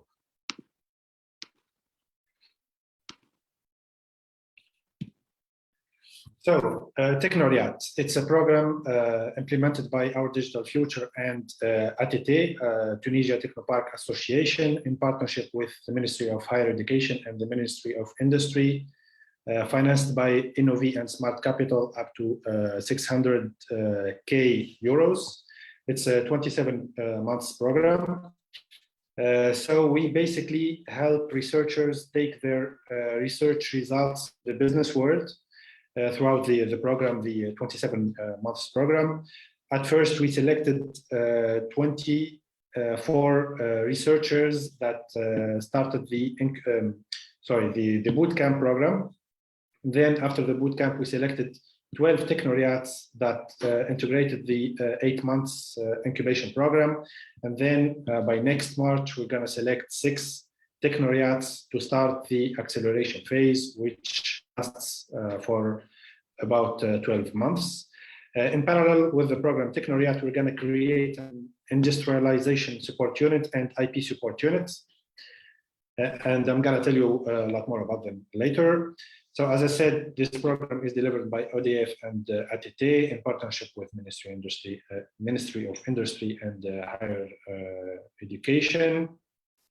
So before launching Technoriat, we noticed that there are 3 main difficulties that researchers are facing in Tunisia. First is lack of entrepreneurial culture and support for entrepreneurship. 2, the difficulty to move from research and development to research and development industrialization to commercialization. And 3, the lack of assistance to go from prototype to industry. So Technoriat is based on 3 main pillars. One is support for entrepreneurship throughout the incubation and acceleration programs. 2, the IP support unit, and 3, the industrialization support unit. We target 3 main sectors: renewable energies, circular economy, environment, science of materials, technical textiles, packaging, biotech, health, and agro-food. This is the original plan of Technoriat. So it's a 3 months recruitment phase. We organized several roadshows, virtual roadshows, where we reached out to technoparks here in Tunisia. Then we have a boot camp. It was supposed to be 6 days intensive training, but thanks to Corona, we switched to online training. So it was a 2 months training. Now we are at the incubation phase. And by next March, we're going to start the acceleration phase. So each researcher will benefit from these perks: training and workshops, individual support and training. We're going to finance if they have a need for a specific study, if they have a need to build a prototype or come up with a prototype. We're going to help them to in their process to search and patent at the national and international level. We're gonna take them to 4 international trips to attend meetings or to meet potential customers or partners. We're gonna finance participation at an international exhibition, and we're gonna give 10,000 dinars as a seed grant. Sorry. So I'm gonna give a quick overview about the selection phase. At first, we received 136 applications. They passed through 3 different selection phases. At the end, we selected 28 projects instead of 4. 55 of the 28 projects were women, 45 men. The average age is 24, and they are from 10 regions from Tunisia and 27 laboratories. We had projects in biotech, materials, agri-tech, health, environment, and energy. Then at the end of the bootcamp, we had another selection phase to select the 12 projects that will pass to the incubation. One quick remark about the bootcamp. As I said, it was supposed to be a 5 days bootcamp in person at a hotel or something, but thanks to Corona, we switched to online. So it was 15 days divided among 2 months. We had 26 training sessions, 9 exchanges with entrepreneurs and success stories. They pitched a lot of 36 times to the Technoria team or to other experts. We had 1 day gathering with representatives of support, startup support organizations and the general directors of the technoparks, and 1 day to prepare them for the selection phase at the DOT, and 1 pitching day. We had 26 national and international contributors as experts and coaches. We selected 13 projects instead of 12, 4 in biotech, 4 in material science, 3 in energy environment, 1 agronomy, and 1 in artificial intelligence. The third phase, which is the incubation phase, now the 13 projects, they have to be between the blue and red lines. We're going to focus on 3 main axes: the founders, the team, the product and technology, value proposition, market, and financials. And we are coaching them through one-to-one sessions, training sessions, to help them go into the blue and red area. One good thing about the program Technoriat, it's the creation of the Technoriat community, which is basically an association that gathers Tunisian researchers and doctors and postdocs.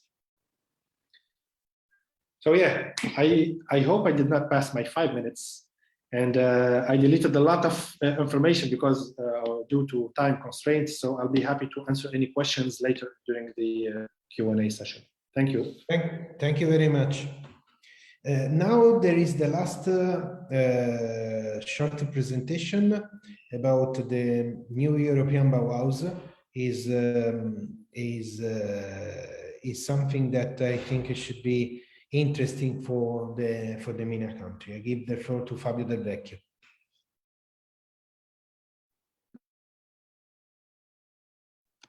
Thank you, Nicola. It's an honor for me to be here today. I will share my screen just to put a slide.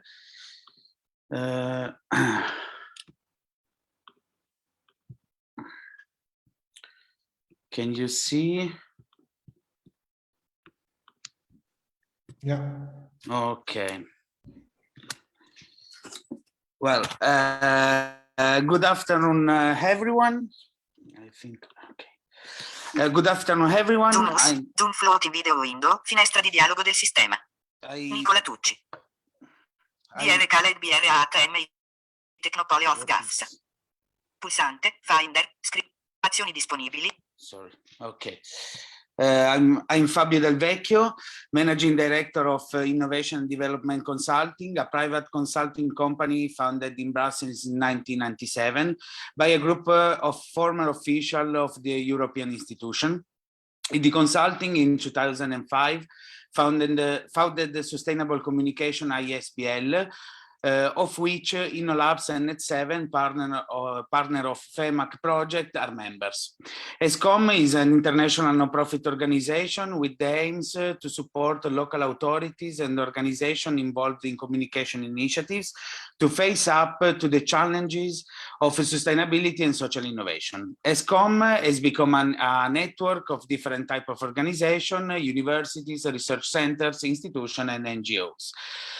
I'm here today because, as many of you know, in January 2020, the President of the EU Commission, Ursula von der Leyen, launched the initiative, the New European Bauhaus, a creative and interdisciplinary way to connect the European Green Deal to our living space and experiences, of which ESCOM is recognized as official partner and proposed a call for practices and initiatives that can be inclusive, sustainable, and beautiful in the meaning of the guidelines of the New European Bauhaus.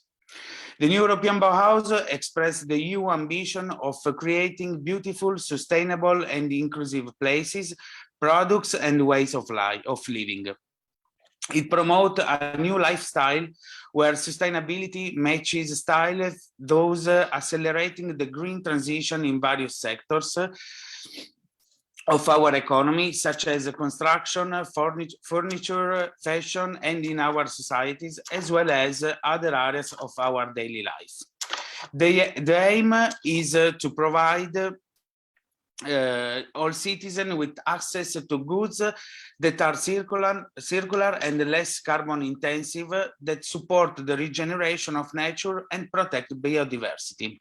It brings a cultural and creative dimension to the European Green Deal to enhance sustainable innovation, technology, and transition through tangible experience at the local level. The New European Bauhaus encompasses a multidisciplinary approach to the challenges of sustainable and equitable living, working on different aspects of the transformation necessary for a carbon-neutral 2050, including technological ideas that embrace principles of circular economy, projects that preserve ecosystem and promote nature-based solution, ideas that bring sustainability principle in building design, including the circularity principle into practice, and activities that aim at changing behavior at the whole level of the society. I will remember the EU Commission nature-based solution definition, that are solutions that are inspired and supported by nature, which are cost-effective, simultaneously provide environmental, social, and economic benefits, and help build resilience. Such solution brings more and more diverse nature and natural features and processes into cities, landscape, and seascape through locally adapted, resource-efficient, and systematic interventions. Many Lives and Horizon Europe, in particular the Cluster 6 project, have a lot in common with the interdisciplinary New European Bauhaus initiative. Some projects are helping to green our cities and reduce urban heat island. Others promote the cooperation between stakeholders and raise awareness to change behavior. And several projects are looking to nature to help make our planet more resilient. And just like life, New European Bauhaus call for a collective effort to imagine and build a better, greener future. In the context of its partnership with the New European Bauhaus initiative, ESCOM is organizing co-design tables to involve partners and experts in order to propose innovative projects and contents, but putting together the architectural, urban planning, digital technologies, historical and cultural components, and expert of nature-based solution to support the global principle on the New European Bauhaus. For us, it would be of paramount importance to have also some experts coming from a MENA region. You can find all the information on our activities and on our co-design tables on the ESCOM website that you can find here on the slide. And if you want to know more about or be part of the initiative, you can keep in touch with me by my email. So I hope that the today meeting was a great opportunity to introduce you the principle of the New European Bauhaus Initiative and the connection with your field of interest, and to reflect on new opportunities offered by Europe to face the common challenge with a multidisciplinary approach. Then thank you for your attention, and thank you again for the invitation. Thank you, Fabio. So, perfect. So now is time, we are at the end of the first block, and it's time for the slot for the question and answers.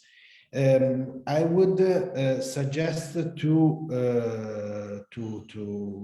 have some questions from the participants, but we as NTGS group is a supporting group of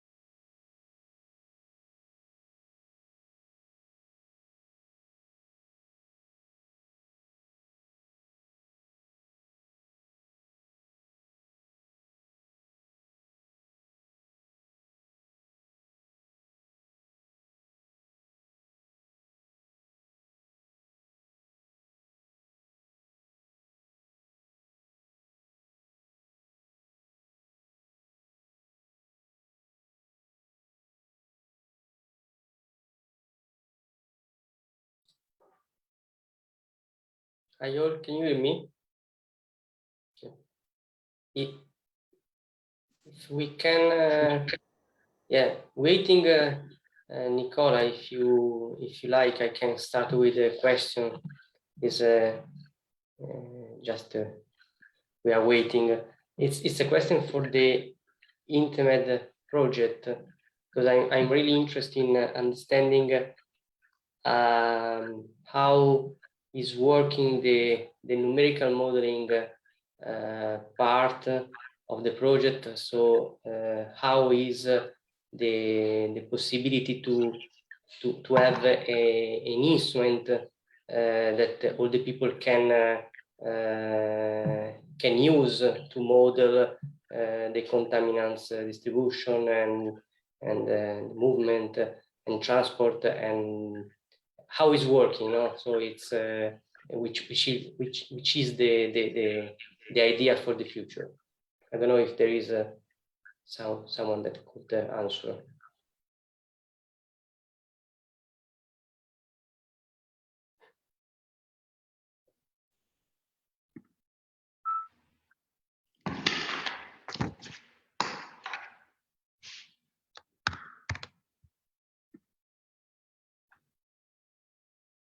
Hello?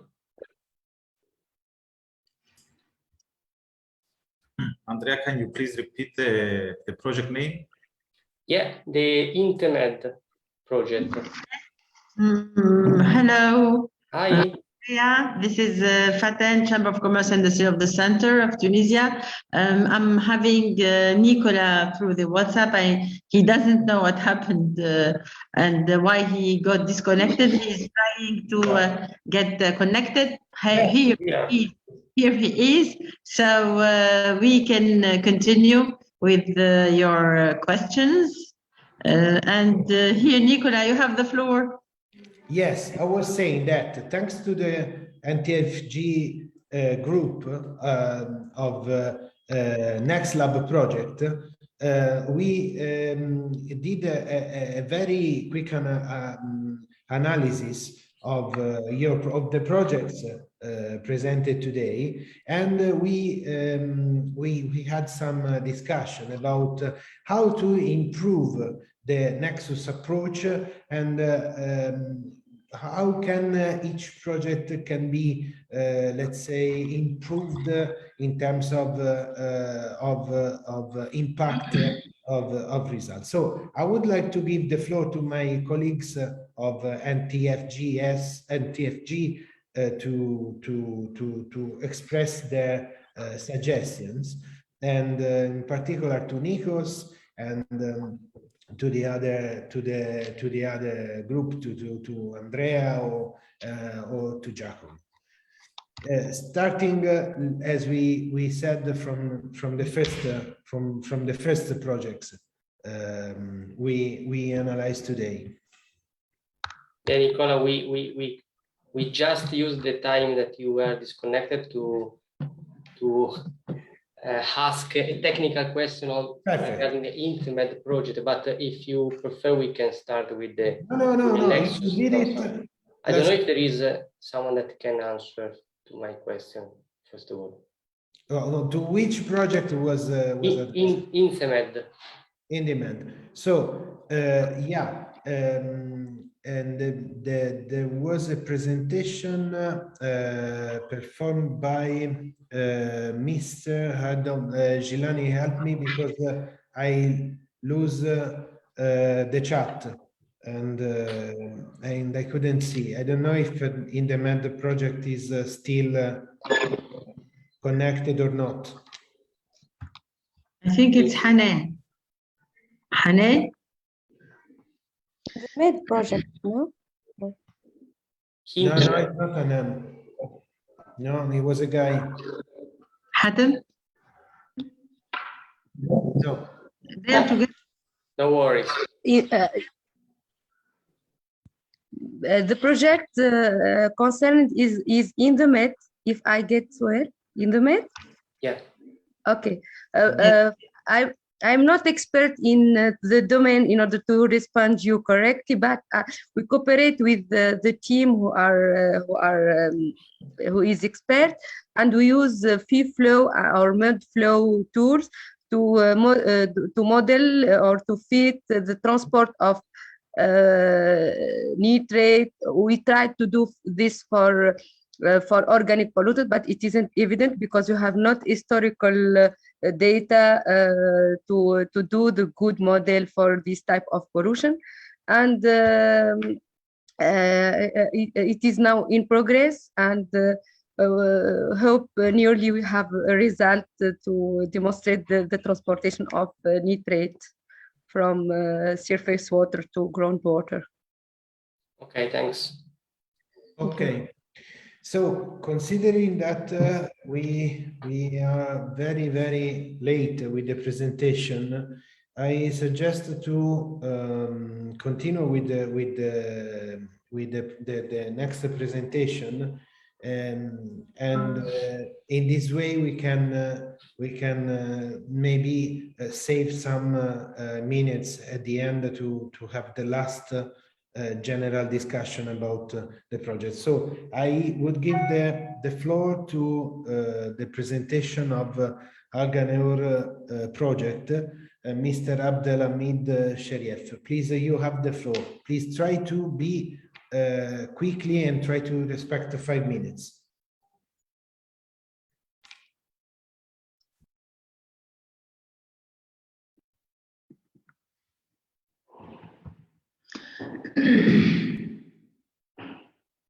Okay, we cannot hear you.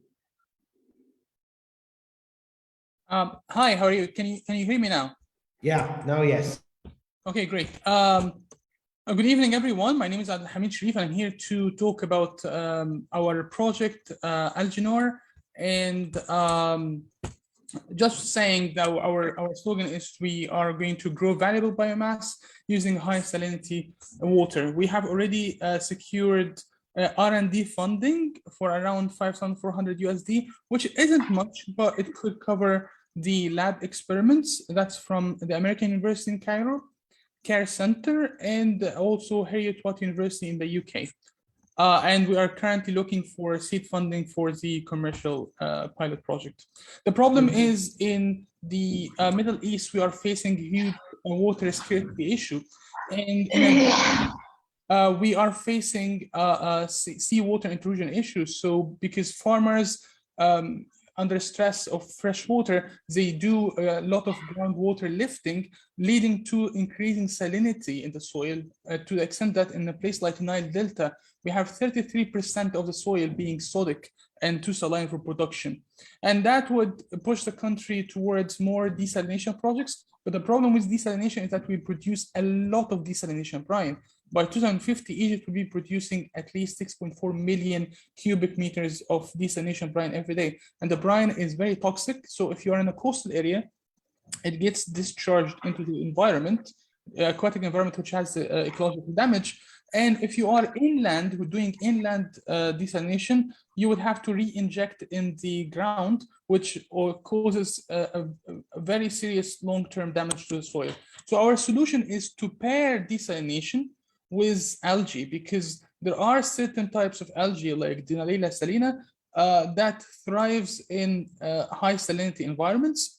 And we use desalination brine ponds instead of being charged to cultivate the algae to produce high economic value, because from that algae we could produce bioadditives like beta-carotene.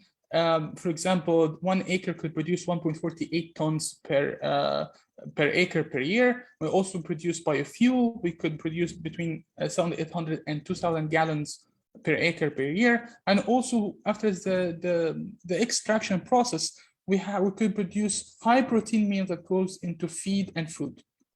And there's a very characteristic about algae is that with each cultivation cycle and harvest, you could reduce salinity by around 30%. So the idea is that after multiple cultivation cycles, the salinity of desalination brine would drop significantly, enough that we could use the water with reduced salinity for marine aquaculture and seaweed cultivation. There are technologies now to cultivate seaweed not only on the shoreline, but also inland. So you could have hybrid tanks and ponds for things like Artemia shrimps and seaweed.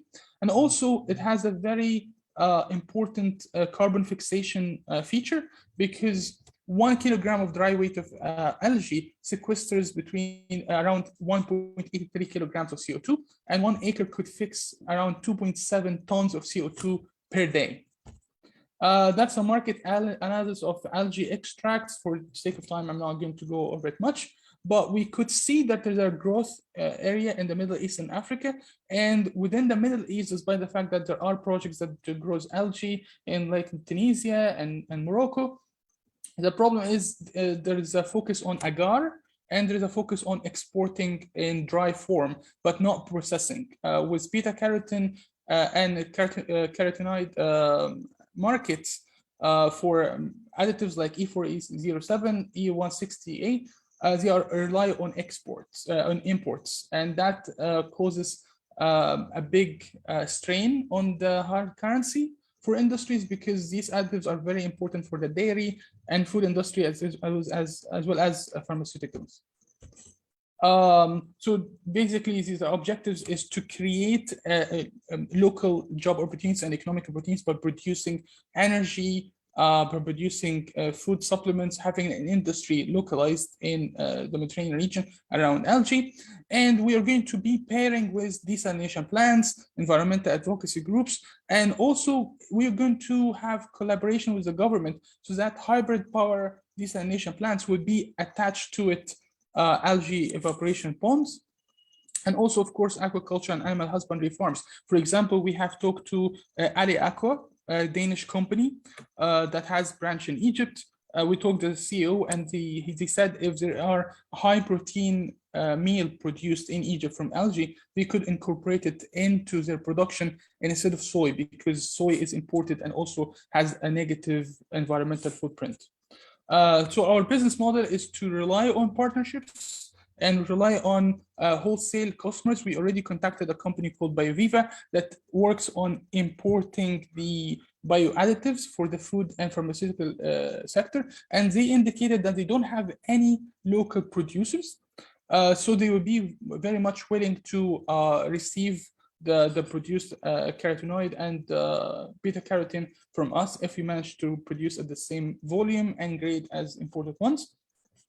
And we diversify the revenue from multiple extraction steps across biofuels, the chemical products, as well as the proteins. And we have already established relationships with academia, the International Water Management Institute, and the project had been incubated through InvestMed and GMed. We have, in Egypt, for example, we have people growing algae, but they focus on spirulina, which is more a freshwater algae. But for us, we're working with marine algae that tolerates have very high salinity. So that's kind of, the segment is different, and also they are growing algae for the sake of supplements and for the sake of a fertilizer, which also like still not our main target area. And the other ones are academic research centers that didn't commercialize their projects. That's the financial model for us. We have seen that the asking amount for the commercial scale could be high, but the profits are really rewarding, because again, we pay a lot of money with hard currency in USD for these. So when it's being produced locally, we could try to conclude. Okay, we could get the payback period in 1.5 years, and that's our future plans and goals to extend to around the MENA region and also GCC countries. That's our team, and we thank you. Thanks.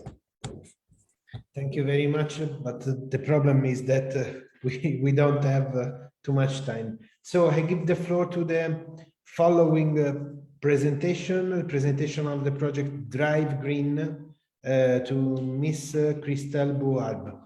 Please, you have the floor. Try to respect the 5 minutes, and have a look at the chat, because when the time is going to finish, I will tell you. Please. Okay. Are you able to see my screen? Okay. First of all, we want to say that we're very grateful to be presenting our startup in the WEF Innovation Week. So I'm going to start this presentation by reflecting on a problem. Has anyone here thought about the problems that companies who have delivery services and that use gasoline engines face due to these engines? The traditional transportation system is making businesses vulnerable and subject to international crisis. It's also giving them tariffs to pay due to the carbon footprint they are causing. And it is really expensive between maintenance and the fuel expenses. So why not shift to electrical? After conducting our research, we've seen that it's simply because there's not enough charging stations, and the one that exists provide slow charging that relies on fossil fuels, and so doesn't remove the environmental impact. Also, a lot of regions experience electricity shortages, and the shift to electrical is very costly. The solution would be implementing more charging stations. However, that's not enough. They should rely on renewable energy and provide a fast yet low-cost charging. We see that as a chance to shine, since Drive Green provides a green, fast, and low-cost charging service. What we do is that we locally design and assemble charging stations that fit our customers' demand. These stations work while using photovoltaic panels and have integrated to them a DC fast charging technology to make the service faster. We are now targeting companies that need to go long mileages for either delivery or light maintenance services. After conducting our research, we've seen that this customer segment is actually huge. It's worldwide and is worth today $4.35 billion and is even growing at a rate of 30% until 2027. However, we want to start by some countries in the Middle East, and this would be giving us $10 million per year as a startup. We are aware that the market is huge and competitors are many. However, since we are using renewable energy, we are reliable when it comes to the capacity of always having electricity, and we have a better environmental impact than other charging needs. Also, the DC fast charging technology makes us way faster than the usual AC charging. And you'll see in the next slide that our business model is very appealing and can compete with a lot of firms. So each station can have one or several ports, and each port can fulfill the need of two vehicles. The station can be rented by a bundle that is per year and per port, and it can start as low as $350 per port. However, the exact number of port and the value of the bundle will be determined after going and checking our customers' energy demand. And this bundle will fulfill the needs for electricity, installation, and maintenance and operation fees. We are aiming at renting 40 ports until 2024, and this would be enough to give us $33,000 as revenue, and each port will be able to pay back itself in 1.7 years. To kickstart that, we're going to be needing $50,000 as cost of goods. To achieve this goal, we're targeting business associations and NGOs and targeting companies green on having a green image like Aramex. Also, we are now finalizing some partnerships with electric vehicle suppliers in Lebanon, like Wave, electric bike. So we're focusing on e-bikes and e-motorcycles for now as a starter. We are raising $70,000. This will go towards marketing, R&D, and having an upfront capital for our rental scheme. But we've managed to raise and to get grants for $2,000 in order to conduct the prototype of our first bike battery charger, as you see here, and it's being tested. And we also have a 2-year action plan to complement that. So we're now finalizing the partnership and raising funds. And then we're going to work on marketing the project in order to start piloting it in Lebanon. Then in Q2, we will continue R&D for the charger technology to have it faster and at a lower cost. In Q3, we want to widen the market through integrating electric cars. And finally, in Q4, we want to go and reach countries where electric vehicles are more advanced than Lebanon. Please meet the team. I'm Cristal Bouharib. I'm a renewable energy consultant with a mechanical engineering background. Emilio El-Haj is also present here today. He is a civil engineer and a renewable energy specialist as well. And we're supervised by the head of the Lebanese University, Professor Hassan Shreem, who is a renewable energy specialist with a system control background. Thank you. Thank you, Cristel. You have been fantastic. 5 minutes. So now I give the floor to the project Spreadly. So to Mrs. Maha Murad. You have the floor. Please try to respect the 5 minutes and look at the chat. Thank you. Hello. Hello, everyone. Can you hear me? Yeah. And the presentation works. Please. Okay, great. Hello, everyone. My name is Maha, and today I'll be presenting for you Spreadly.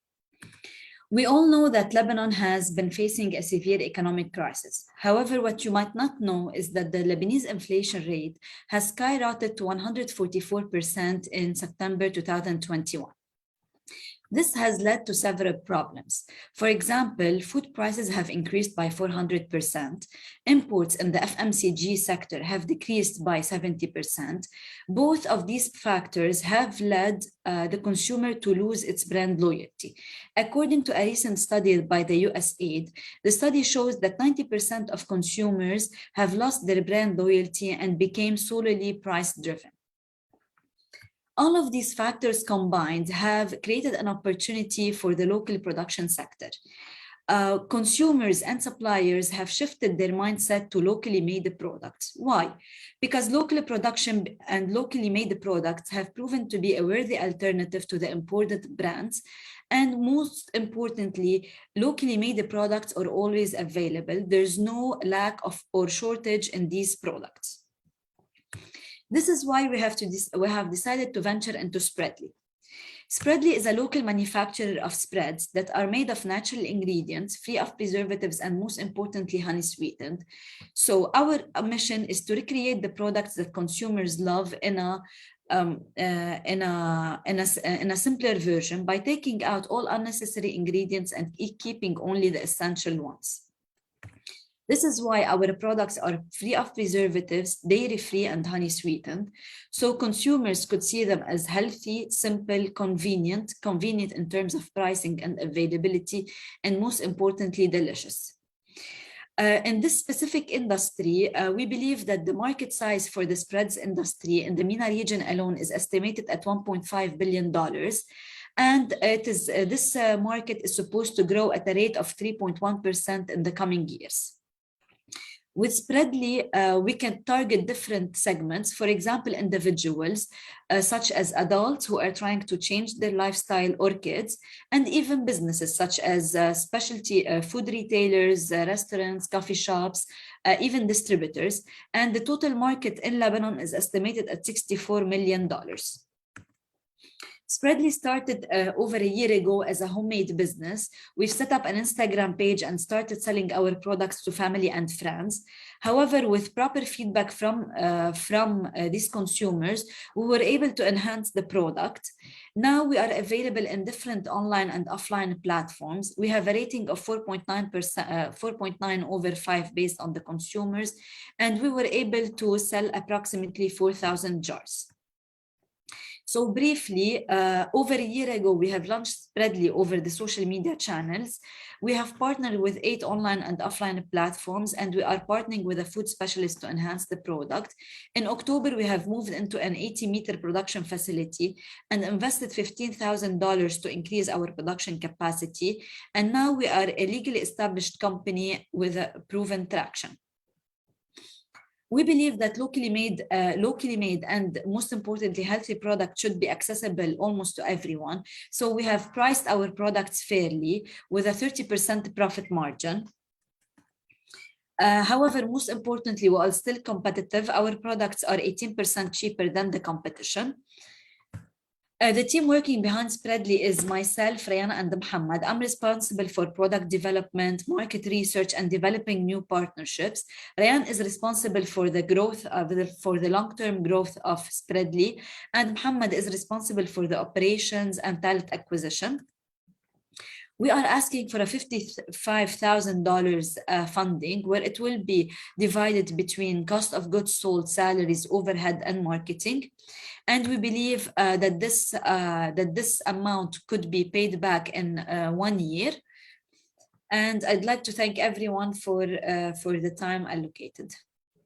Thank you. Thank you very much, Maha. You have been fantastic. 5 minutes, less than 5 minutes.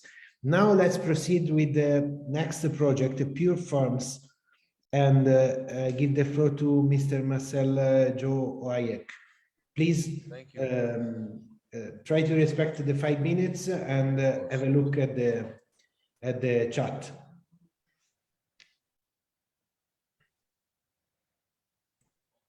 Okay, I will share my screen on my phone. As you want. Yes, it's working. Okay. Okay. Who can design your dish and garnish the platter better than microgreens? This new culinary concept, full of fresh smell and squeezing taste, is entering all menu from the main door. Microgreen, these young vegetable green with aromatic flavor and concentrated nutrients, land on your dish with various color and texture. Both medium to high-end restaurants are able to afford the cost of microgreen in order to enhance the flavor of multiple dishes like burgers, sandwiches, and so many. Not to forget that 70% of the restaurants either get the microgreen product from local market or imported. Pure Farm has put some effort on studying the market and came up with 3 major problems. The lack of consistency due to the shortage in supply while the demand is increasing. The bad quality of microgreen available with a low shelf life up to 2 days maximum, which increased the waste. And the price increase due to the current economic crisis and imported product, which affected on the product sales turnover. Our innovation rely on a vertical farming system with a controllable environment, free of pest usage, fertilizers or soil, the use of food safety material, and the use of organic seed that secure the advantage to stand out from market competition. In addition, here comes Pure Farm Solution Plan. We offer new growing techniques for microgreen production while using the hydroponic system to reduce the cost of our nearest competition by 40%, while offering a better production efficiency. We enhance the shelf life while delivering live plant to our partner that can live up and stay fresh up to 10 days. While removing the soil usage and the pests and fertilizers, we are able to offer a higher quality product, safe with a better taste. Since we are indoors and in a controllable environment, we are able to produce 360 days per year with a better delivery system and an after-sales customer experience. In addition, here is the difference between cultured land and the indoor vertical system while using less space and less resources with a lower labor cost and a better sustainable yet eco-friendly design while making some money in the process. The global microgreen market is estimated to reach $2 billion in 2028 with an 11% rate of annual growth. Our model of sale will be based on a B2B approach, both high-end restaurant, burger, sandwiches, and juice bar with a total of 3,300 potential customers in Lebanon, yet 6,600 in Dubai and 18,800 restaurants in Egypt. With our social media platform and bloggers, we will have a B2C model for those who like to go green and healthy, which represent around 60% of the people we intervene using our social media platform. In addition, for those who like to grow their own, we will provide them with a small design kit and our expertise to help them, while we provide all the necessary seeds and kits to keep growing. With our team efforts, we are providing our customers consistent farming all year round and an exquisite after-sale experience. And with the elimination of soil, fertilizer, and pest usage, we are providing a higher quality, food-safer product, longer shelf life up to 10 days, with a cost reduction of 40% of our nearest competition, while securing 67% of net profit margin. On our first year, we are looking to secure $20,000, in addition $4,000 from winning the Digital for Her hackathon with Beritech, and $2,000 from our own money to start producing the first batch this year. We are producing 80 trays of microgreen with 2 LOI from Ferdinand and Dragon Fruit retailer, and many more will like to join, like Gavini, Kampai, Cocteau restaurants, as soon as we start production. On our second year, we will need to secure $60,000 of investment to expand the team and the area of agriculture, delivering more trays and to break even. On our third year, Pure Farm is dreaming big. We will increase the productivity and will penetrate the market into the wider horizon, locally and the MENA region. In the end, all this will not be possible without our pure green hand. Marie Antoinette has a master's degree in architecture. She will be responsible of the production phase. Mirna Jahara, she will be supervising the product integrity. And myself, Marcel Hwayek, I'm an agriculture engineer with 10 years of experience. I will be managing the whole operation and securing new partners. Thank you. Thank you very much. Now I give the floor for the presentation of Smart Land project to Mr. Khaled Abbas. Please, you have the floor. Try to be punctual. Okay, hello all. It's Reem Abbas, co-founder at Smart Land. 142 kilo hectares of irrigated agricultural land in Lebanon suffer from the problem of random irrigation and fertilization. This problem pushes us to conduct a lot of research to find the best solution. To highlight more, we meet with farmers from all Lebanese areas through direct visits and webinars. And we found out that they suffer from extra cost and low yields due to waste of water, energy, fuel, pesticides, in addition to reduction in national water reserve and desertification. To dig deeper into this problem, we conduct another study on 5 hectares of agricultural land owned by Ibrahim Sayed. And it became clear to us that he loses about $15,000 in each season. To solve Ibrahim's and all farmers' problem, we launched Smart Land and invented eSoil. Our innovation is a smart irrigation and fertigation system. It consists of sensing units installed on the land to take reading from the soil, then send this reading to the main controller, which in turn analyzes the information and take action. In case the plants need water, it gives order to the valve unit to become in operating mode and to the pump to start pumping water. Once the plant takes it needs from water, it will stop automatically. In case the land shows that in case the reading shows that the plant needs any type of fertilizers, then the main controller will give order to the fertigation machine to deliver the exact quantity of fertilizers, and it will stop automatically. Our system is connected to a mobile application for control and monitor, where the user can browse the information and receive notification about the field status. Smart Land seeks to help farmers to reduce their production costs, enabling them to beat the climate changes and reduce its effect on agriculture sector, reduce the chemical pollution, and keep the environment more cleanly. Smart Land will share in building a sustainable community, fight poverty, and to be in line with SDGs. After Ibrahim started using Smart Land, he saved about 35% from water quantity, 47% from fertilizers, and 43% from energy, with a total saving $13,000 in every season. Smart Land total available market in Lebanon is $49 million, with a target market $5.5 million. Our target market in MENA region is $55 billion, with a total market $2.5 billion. Smart Land differs from its competitor by its automated irrigation according to the plant needs, its fertigation accuracy, mobile application, and prices.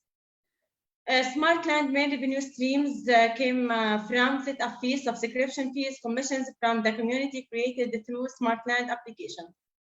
And here we have samples from our executed projects and our demo house, which built to show the efficiency and effectiveness of our innovation. And as you see, our clients are using renewable energy. Smart Land invested $40,000 to start our business and launch our system. Our customer will increase, the number of customers will increase from 3 during the first year to 323 during the 5th year. The revenue will increase from $3.1 thousand to $5.5 million during the 5th year, with a profit margin 30%. There will be $140 cash deficit during the 2nd and the 3rd year. And we are looking for a partnership to help us in order to develop our system and in technical development, business development, and opening the new markets. Smartland has a strong team composed of 13 employees and about 15 laborers, freelancers, and part-time workers. They belong to different families and nationalities. And here are the founders of Smartland, me, Reem Al-Abbas, and my partners, Ahmed and Khalid, came from agriculture background, and we decided to use our knowledge in the help of our community. Please join Smartland to minimize your cost and maximize your profit. Thank you.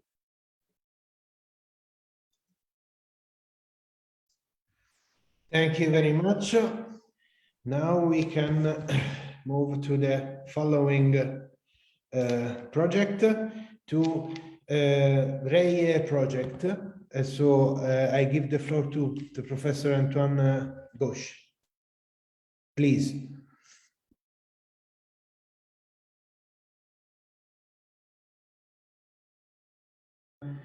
We cannot hear you.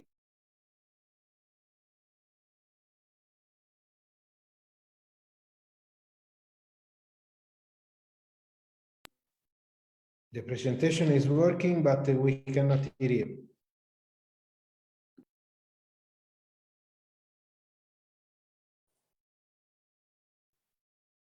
Good day all. It's for me and for many of us, I believe, a great pleasure when talking about the preservation of natural resources. I'm here to talk about the remediation of wastewater pollution through our RE project addressing the reduction of environmental impact of industrial effluent. Wastewater is divided into domestic and industrial wastewater. So far, physical, chemical, and biological processes were adopted to clean wastewater from hazardous material. However, different problems are associated with these techniques, especially when it comes to industrial wastewater that cannot be treated through the conventional methods. Accordingly, we are proposing a solution that is based on advanced oxidation using persulfate oxidant to overcome all the drawbacks presented by existing solutions. The recent statistics acknowledge that only 60% of industrial wastewater in Lebanon is treated and about 94% remains without decontamination.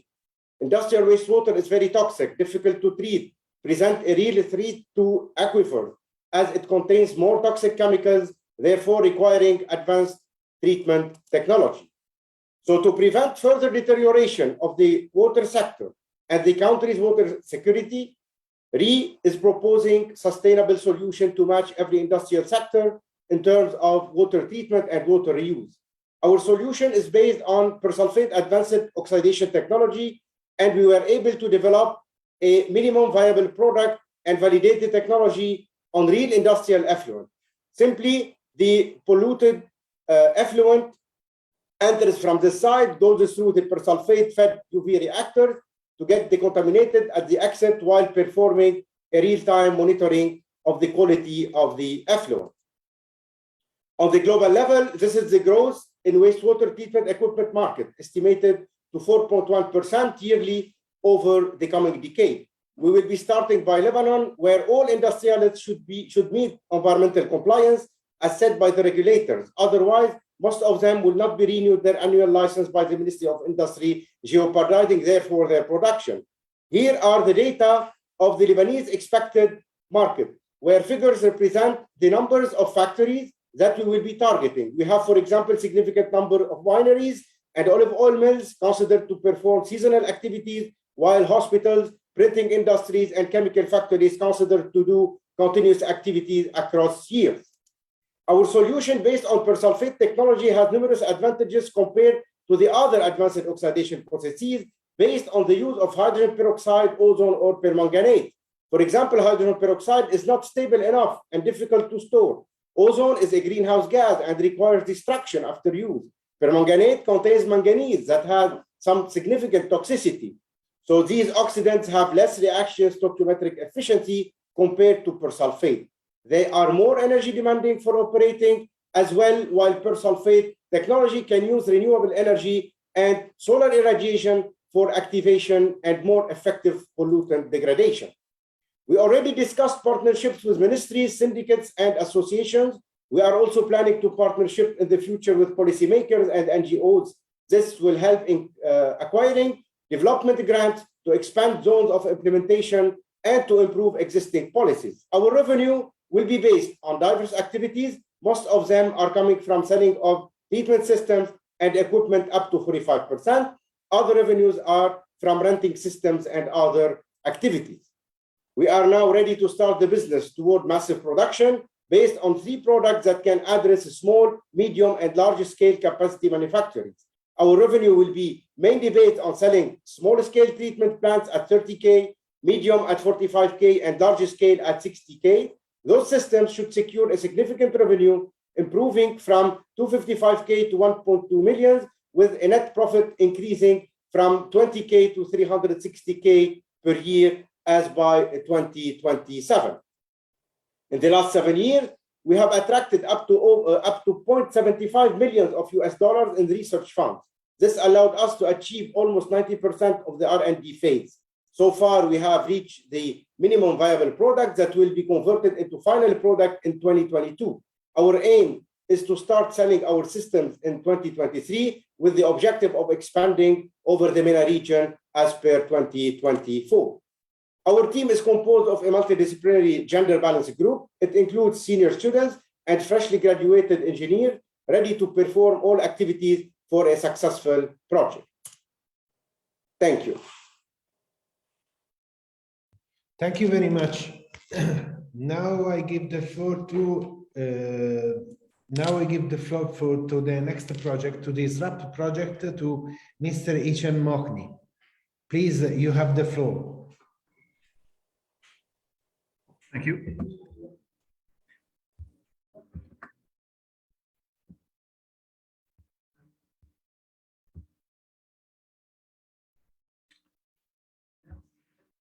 Thank you very much. I'm Hisham Mokhni from Tunisia. We are a young startup, a spin-off from Avionab, the unique ultralight aircraft manufacturer in the region. And on top of our aircraft, we are now offering a service for 3D aerial mapping and imagery, giving insightful intelligence for our customers from the air. The main problems that we are addressing in food sector include the erosion, a major worldwide problem. Moisture, salinity are showing higher fluctuations due to climate change, and soil sampling technique is limited at large scale. In energy sector, climate change, geohazards, and aging infrastructure are challenging operators, like the case of power networks and pipelines. Inspection solely relying on human eye is no longer sufficient. Through our technological offer, we cost-effectively digitize Earth surfaces into 3D maps at centimeter level precision by integrating a LiDAR system, a laser scanner, into our ultralight aircraft. And here, a typical data result, a 3D point cloud. Now, applying AI techniques, we can classify and segment different types of objects, different soil types, vegetation species, water qualities. We are even able to scan underwater surfaces up to 40-meter depth.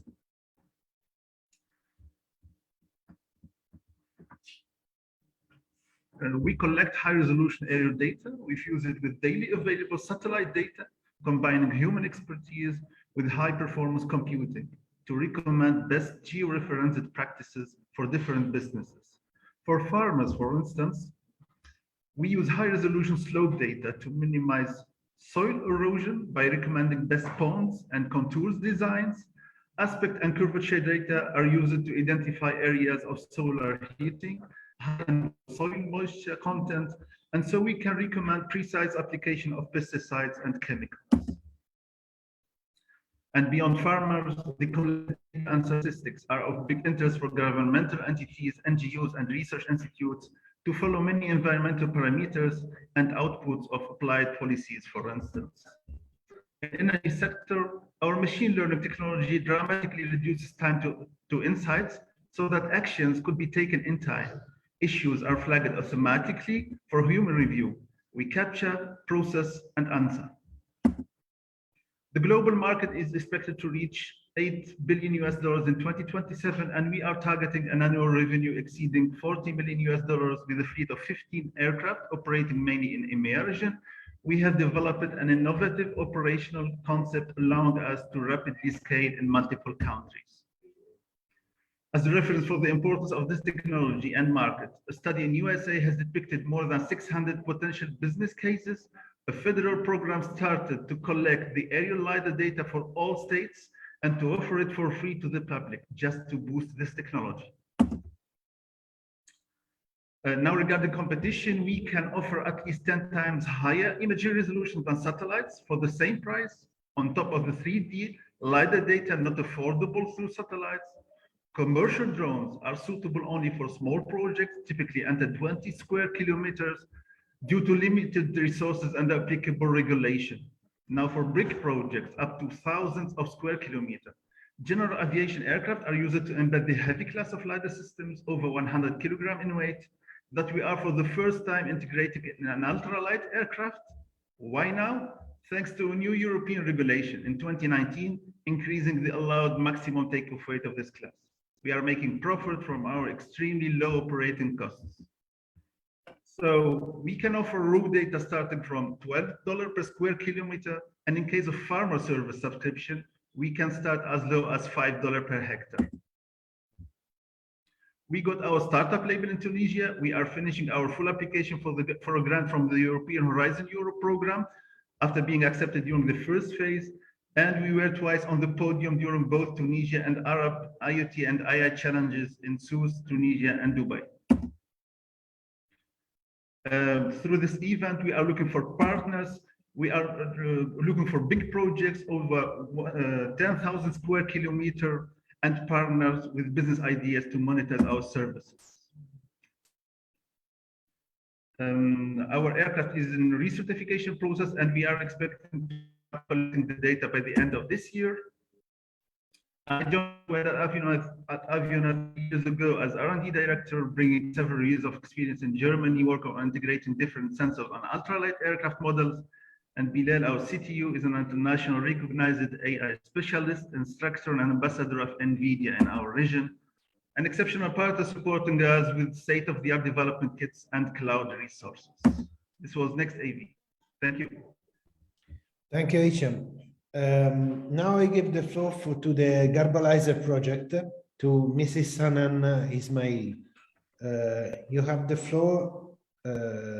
Please try to respect the 5 minutes and have a look at the chat to this. Thank you. Yes, sure. Thank you. Can you see my screen? Yes. Start. This is Khalid. Khalid is a farmer who is currently facing a problem with fertilizing his land. He has two options. Either to use imported chemical fertilizer, which totally not affordable and cost him $80,000 per season, or he can use the traditional compost that is cannot be adjusted with different type of irrigation system, like a dripping system and new technology of agriculture, and require a lot of hard work and time to be applied. Most farmers like Khalid share the same problems. However, with Garbalizer, we found the solution for Khalid and all farmers as well. Garbalizer is a local product made that is 100% natural and solve Khalid's problem. 50% less costly and can be applied in all kinds of crops. Suitable with all kinds of irrigation system, and the new technology of agriculture requires one person to be applied and save money and time. We focus on circular economic models that guarantee profit and sustainability. We ask people to sort from source, and then we convert the bio-waste into fertilizer and methane gas in the production line at retail. We convert the methane gas to heat that benefit us in the production process. After that, we sell the fertilizer to farmers. The farmer can use the product on all types of crops at all stages of growth, flowering and growing. Khalid, by using Garbalizer, will save more than $40,000 per season and get better agricultural results. As you see, on the left side, he used garbalizer, and on the right side, chemical fertilizer. We can mention that with garbalizer, he got a good result in a low price. The natural fertilizer sector record clear growth over years. Our market size in Lebanon is $100 million, in MENA region 3 billion, and South Africa 2 billion. Our competitive advantage is related to the speed of our production line. In addition to the process of the factory, the ant with zero waste, it needs a small area and can deal with all kinds of bio-waste. We are different because the fertilizer can be applied via foliar and dripping system at all plant stage growth, and the plant can easily absorb it, in addition to saving time and money. We will sell fertilizer to farmer and facility through local stores, direct sale, and online platform like social media and Alibaba. Before officially launching, we sold more than 10,000 liters. Besides, we signed contract with B2B and B2C clients, and we have a pre-order for 5,000 liters. Moreover, we signed MOUs with municipalities, NGO, and local stores. In addition to that, we participate in different programs like Clean Energy. We have first rank with Water Medin competition, and now we are part of Halaka and Energy Innovation Hub. From August 2020, we validate our idea and concept. We build the production line, we increase the production capacity and the quality of the product, and also generating heat from methane gas. Currently, we are working on replicating the system in a new area, attract more customers, and launch a new product. This is our financial forecast for the upcoming 5 years. We expect in the third year to start getting a profit. Revenue will go from $8,000 in year 0 to $4 million in year 5. Currently, we are selling the fertilizer for 50 cents per liter, and we are willing to reach 8,000 customers at 2026. We are looking for $250,000 to replace, to produce a new product, hire new staff, export the product, and increase the sale percentage. Also, we want to collaborate with biogas company and build partnership in the agriculture field, thus we can grow our business at the MENA region. I am Hanan Ismail, and I am not alone. We are a group of passionate people from different backgrounds working on achieving our project in an understanding way with the support of expert advisors. Join Garbalizer and invest in it so we can all grow together. Thank you. Thank you. Thank you very much, Hanan. Thank you very much. I give you the floor to Mr. Bilal Gassara to present the project iTech. Okay, thank you. Please try to respect the 5 minutes. Thank you. Okay, thank you, sir, for that. So I have honor today to participate in this blockage. So today I will present our startup iTech, hydrogen technology, and specification our project entitled Oxygen and Hydrogen Generation for Industrial and Energy Storage System. So this project is with the collaboration between Digital Research Center of SFAX and Engineering Machine Precision EMP, and our startup are creating under the program Technoriat Incubation. So by this slide, I will explain a very important problem. So the intermittence of the renewable energy is an important problem which limits the efficiency of green energy consumption and make it impossible to be used for some application. So the proposed solution is create a green energy storage system which be able to improve the continuity and efficiency of the green energy. So as objective, we help isolated industry, farmers, and renewable energy producers to store electricity and deliver it in continuous manner through the production of green hydrogen and oxygen. So we propose to manufacture energy storage system based on industrial hydrogen and oxygen generation. Our value proposition is give continuous green energy and on-demand production. We propose here 3 types of product: energy storage station based on green hydrogen, electrolyzer cell, separator and non-separator, and hydrogen oxygen generator machine for industrial application. So our target groups, smart cities, smart grid, isolated seat and factories, farmer, marine offshore operation, renewable energy system installer, energy-based company. The idea of project all will beginning from the renewable energy sources as wind turbine and solar cell. By using electrolyzer and water, we can convert this energy to hydrogen and oxygen gases. So by using storage unit, we can store the hydrogen and oxygen. That means we can store energies. And by using fuel cell, we can recover power and the water as output. Achieved output, we realized the hydrogen generator prototype and evaluated as TRL7. And about energy storage system prototyping, we have a prototype evaluated as TRL4. As outcomes, we need to explore the energetic power of water and contribute to development of other resources, spread new technology in North Africa, and distribute a new product, hydrogen and oxygen generator. There are some photo of our prototyping work. At the top left, this is the electrolyzer separator cell. At the top right is the generator machine, which can generate oxygen and hydrogen.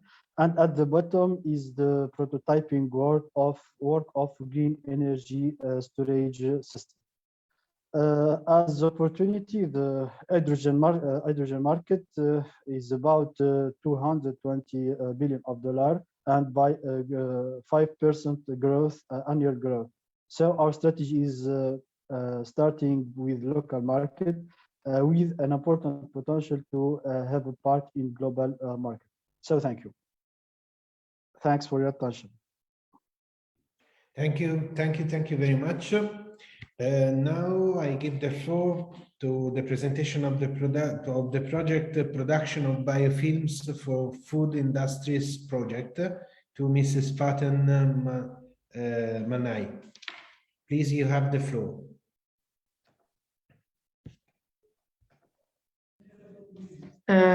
I try to share my screen, and I thank you to give me this opportunity to participate in the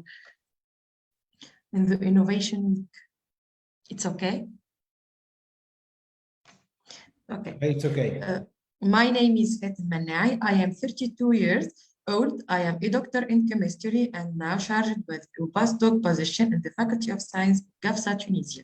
I am here to discuss with you my project entitled Production of Biofilms for Food Industry. My target groups composed by Mr. Yunus Moussawi and Mr. Limam Al-Alwi. So, smart films are commonly used as food packaging because of their advantages, which are their low-cost portable size, extending food storage and shelf life. Food splotches have a profound impact on security, environment, quality, and food safety. From this way, I will give you the main goal of my project, which is producing ecological and biodegradable films from natural and agricultural wastes. pH-sensitive films were developed based on natural biomass for meat, controlling freshness for food service and customer. Also, we treated the way of reuse natural wastes to obtain green products with high added value. My project treated the problem of the thrown away the food, which tends to 30%. Throwing away edible food represents Sorry if I interrupt you, but the presentation is not proceeding. You are still on the first slide. Okay, thank you. Okay. To solve this problem, the throwing away edible food represents economic losses, and the food that ends up in the waste stream requires resources to manage its disposal and diversion, the cost of which is is posted onto municipal utilities and services. To solve this problem, we use pH-sensitive biofilm, which the main advantages to use this product are reducing food wastes, helping the monitoring of the cold chain extent and control the shelf life of the product. Biofilms or bioplastics pH films will be formulated from natural waste or resources because the health, safety, and biodegradability behavior. Biodegradable bioplastic represents 42% reduction in carbon footprint, and counterwise, the wasted food that ends up in the garbage and ultimately the landfill produces methane, a greenhouse gas that is 21 times more potent or killer than carbon dioxide. So my product or prototypes is in the technology readiness level 4, and the patent is in progress. To achieve the outputs, I need to collaborate with manufacturer, set up my own project, and looking for subcontracting laboratory. In order to limit the deterioration of meat stock or fruit stocks, we are needed to control the freshness from the slaughterhouse to the retail selling stage using etiquettes. So it is important to use pH-sensitive etiquettes for the detection for food or meat freshness. The control will be done with the use of tickets of the pH sensor films. The customers is generally companies and human. So the project costed about 118,000, and I looking for financial partner as well as for industries partners such as packaging meat industries, food fruits companies for developing my project and formulated tickets for controlling food freshness. Thank you for your attention. Thank you, Faten. Thank you very much. Now I give the floor to the following project, Zitoun Composite Project, to Mrs. Soisen Belghiti. Please, you have the floor. Thank you very much. I will share your screen. Yes. So you see my screen now? Yeah. Okay.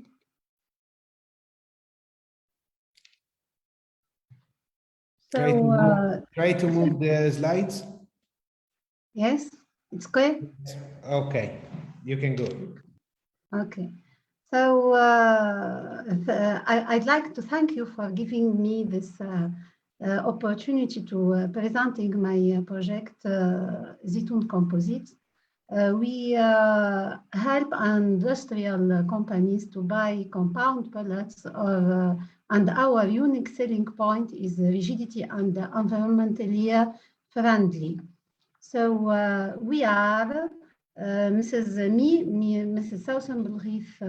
I am assistant professor at National Engineering School of Monastir, and my colleague is with my colleague Mrs. Hind Belhaj Salah, also assistant professor at Science and Technology of Sousse, and both we are a researcher on lignocellulosic reinforced composites, and we are looking for business partner. So the problem is the project really according to the ONH Office National d'Huile, Tunisia during the campaign 2019-2020, Tunisian is the second producer of olive oil after Spain, which generates 123,000 tons of olive stone, which push us to valorize this local resource. On the other hand, plastic wastes present a really environmental problem, which so we thought to valorize plastic waste and olive stone by elaborating an eco-friendly materials. So these materials can be used to product doors, 3D printer filament fencing, decorative object, parquet, etc. So to develop to elaborate these materials, we need industrial grinder, industrial dehumidificator, vibrating sieve for extrusion line, and quality control tools and chemical treatment tools. Our product have a TRL4. The mechanical properties has been tested in laboratory, and we are testing hydrothermal behavior. So the process consists on cleaning, drying, and chemical treatment of olive stones to mix with plastic pellets to through an extrusion line to have a material, a composite material. So through this exchange, I would like to search funding to build this project. And thank you for your attention. Thank you, Susan. Now I give the floor. We are running 30 minutes late. I give the floor to Mr. Jalaluddin Benajdi Islama to present the PCHM project. Please, you have the floor. Try to respect the 5 minutes.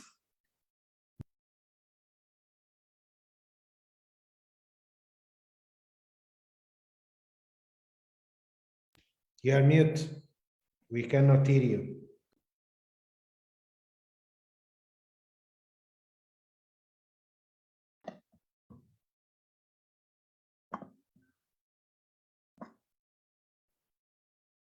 Hello? Hello? Yes. Yeah, now we can hear you. Please, you have the floor. Yes. I must share my... Oh, yes. You can see my presentation.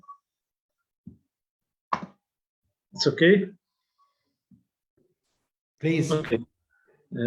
Thank you. I'm Jalaluddin Benajdi Islama. I'm professor at the National Engineering School of Sousse. My project is entitled Power Converter Health Monitoring. So, next one.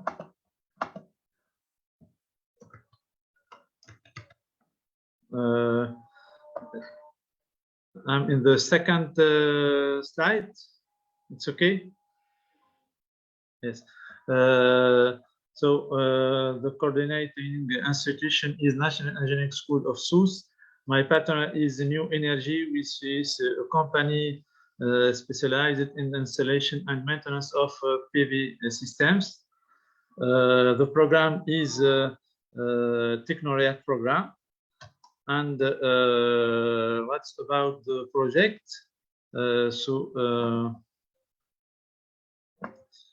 Power converter are the key to the development of the renewable energy and electric vehicles. So the safety and the reliability of this converter is necessary to ensure the availability of such systems. And we propose to help electric system users to reduce costs due to power converter failures using an active self-monitoring system. And our selling point is to be universal and non-intrusive. So we propose to maximize the return of investment of electric systems, safeguarding the investment in particular sustainable way. The target groups and final beneficiaries are PV installation and maintenance companies, PV inverter manufacturers such as SMI, IBB, Huawei, Schneider, etc., and electric vehicle inverter manufacturers. And we propose to start with renewable energy systems and then electric vehicle industry and general industry. The project is based on a wireless diagnostic method based on the near field method. We propose to do monitoring of the state of aging of converter and to calculate the remaining lifetime of these components, 24 hours, 7 days, and to ensure the reliability of these systems. What is achieved? Our technology is based on research results. All results are already validated in laboratory, and the results are published in research papers. The hardware prototype is in progress, and what is expected is the validation in real environment and verification in industrial environment, and realization of hardware prototype, and then technology development, product certification, local rollout, and scale implementation. The demand is product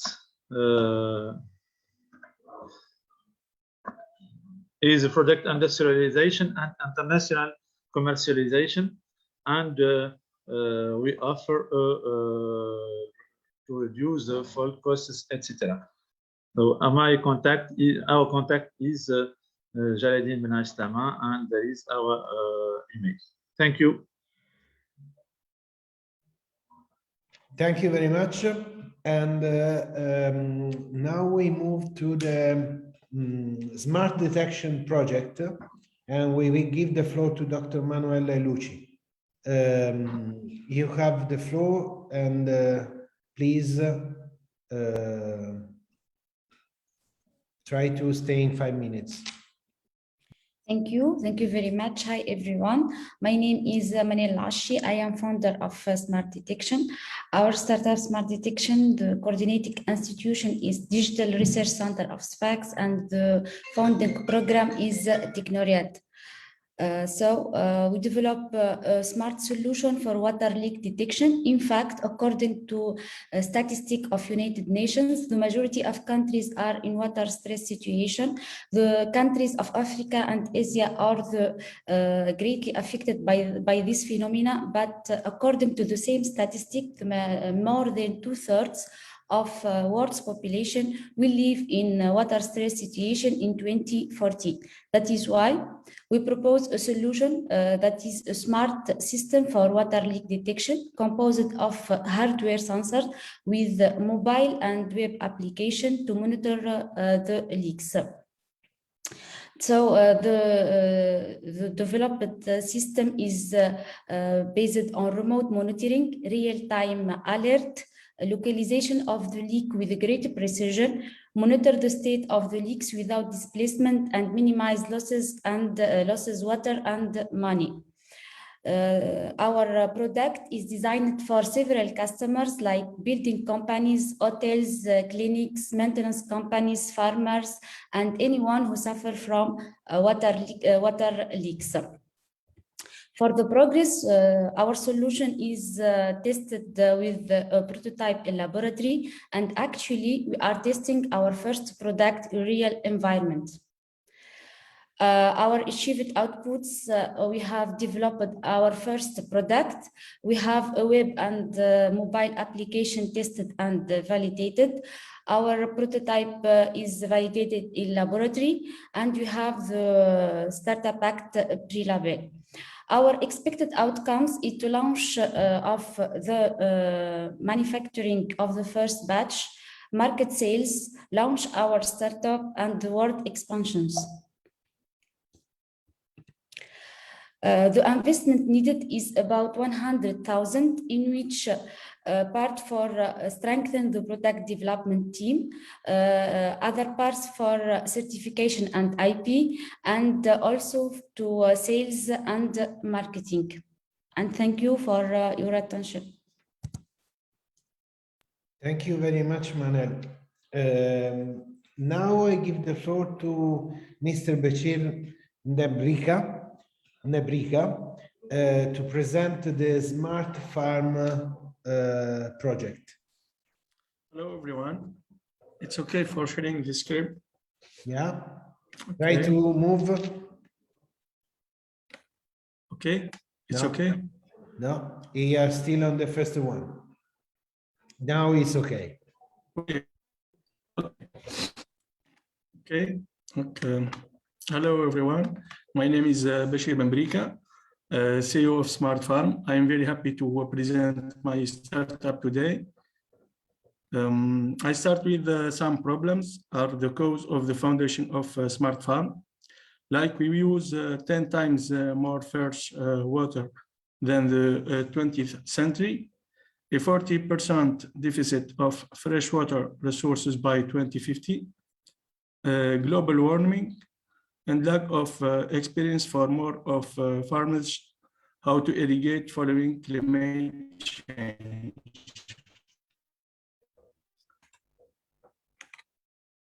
Okay. Donc, because the main sector that use water is the agriculture sector, which consumes 80% of water resource in the world. So Smart Farm is there for principally to resolve some problems of the small farmer and therefore all humanity, like saving 20% of water, saving 20% of energy, increase 20% of production, and saving 50% of time of learning. How?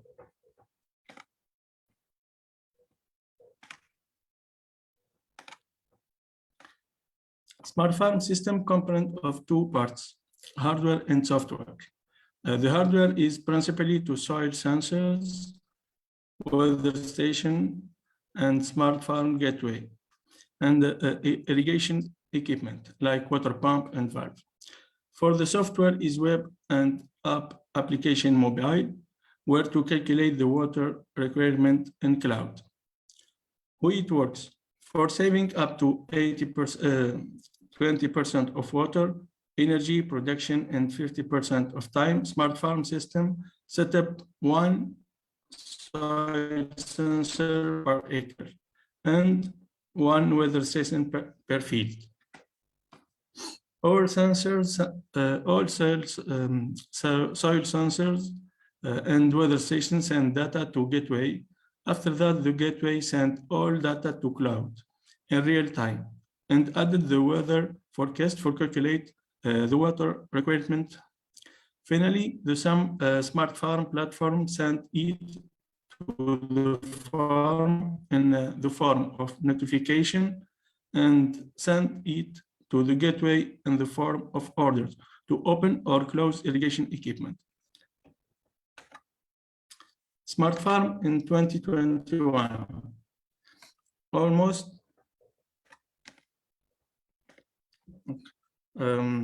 Smart Farm in 2021, 3 years development.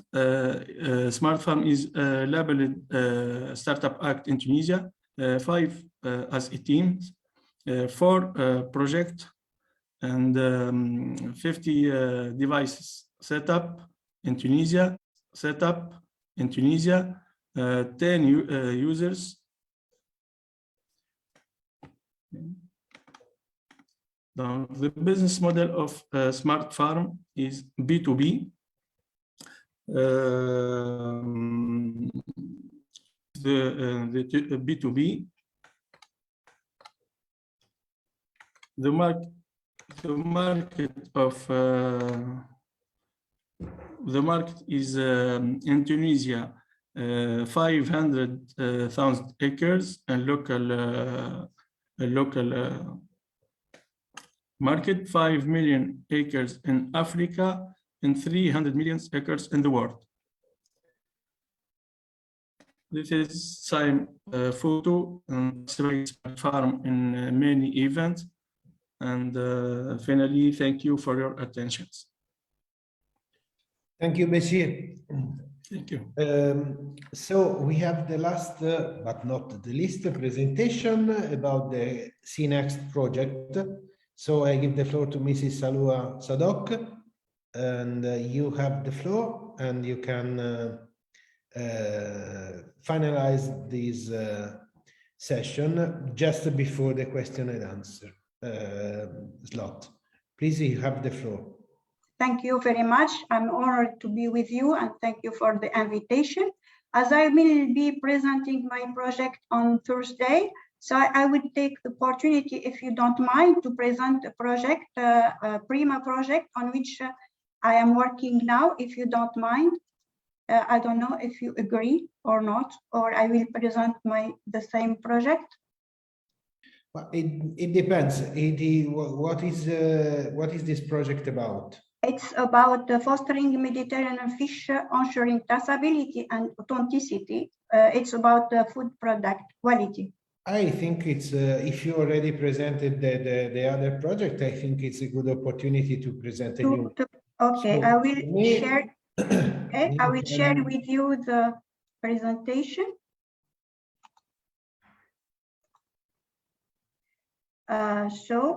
Thank you again. So the project title is Fostering Mediterranean Fish, Ensuring Traceability and Authenticity, SURFISH.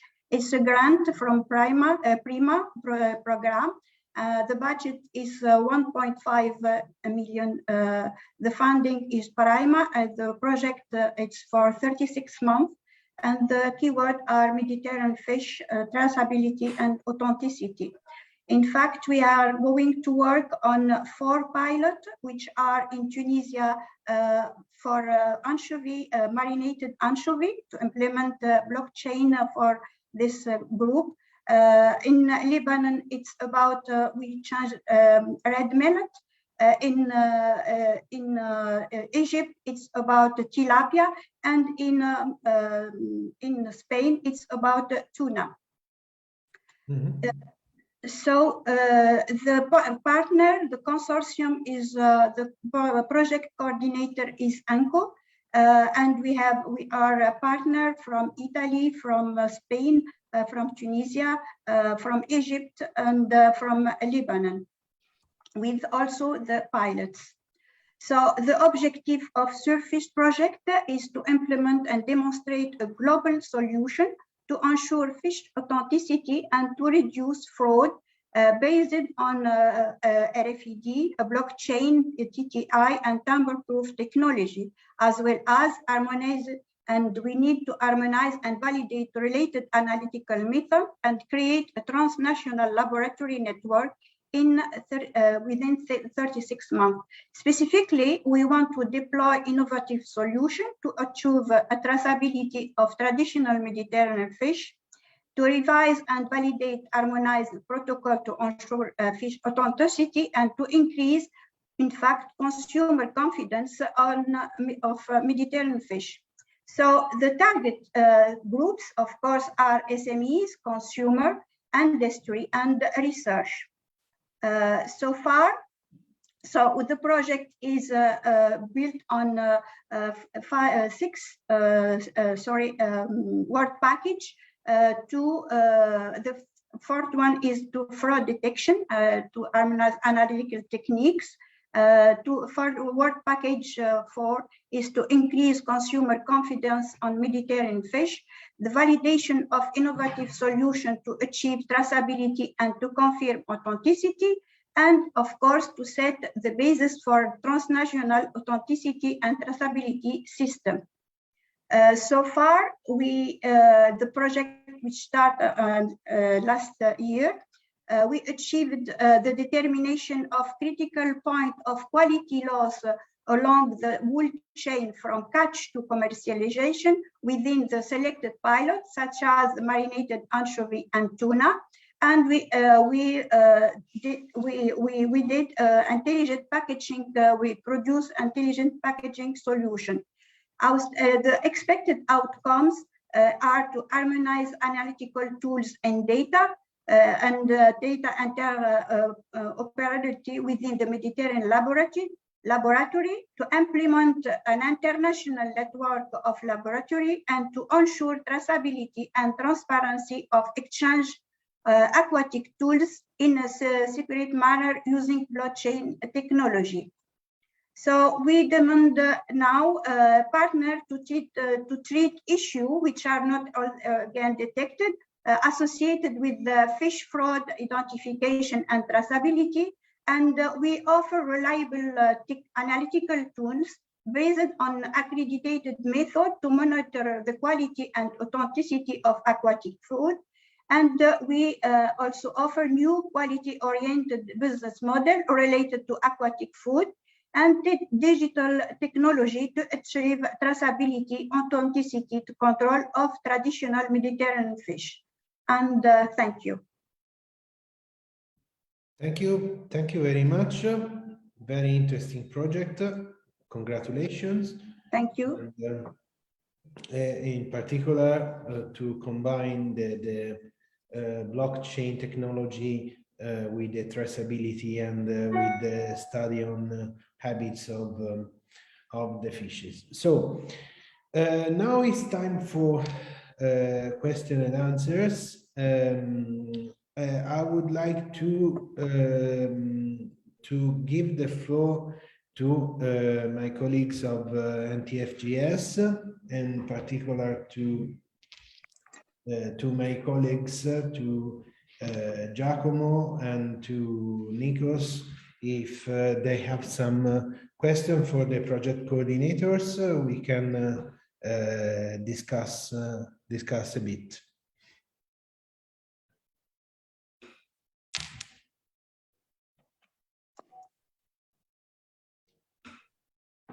Are you with me? Nikos? Yes. Luis? Andrea? Yes, hello. Oh, ciao, Nikos. Ciao and hello to everybody. What do you think about the projects? I think that you can express some a point of view of one entrepreneur. So please. First of all, I'm going to thank everybody who participated and gave us an overview of their project. Everything is very interesting, and it has an innovative approach regarding either scientific or industrial aspects. So the projects were a lot, and the time we have, I think, is not very much. I'm just going to ask about a few of them, which it is more close to my interests, and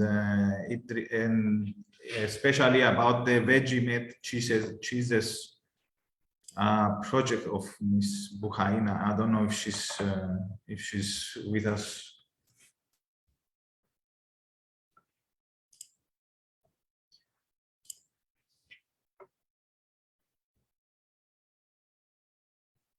Or somebody from the team, I don't know. So yeah, you mean someone from Vegemite the cheese project? Yes, it was in the first lot that we we proceeded.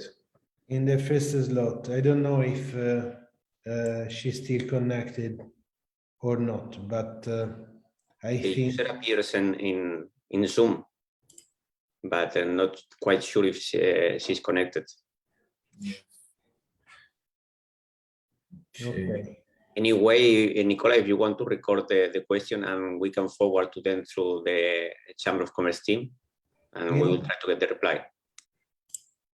Yes. I think, please, Nikos. Yes. So as a strength point, of course, the project has an innovative production method with the use of the thistle extracts, and it has a lot of potential for cooperating with the industry, and has also increased commercialization opportunities.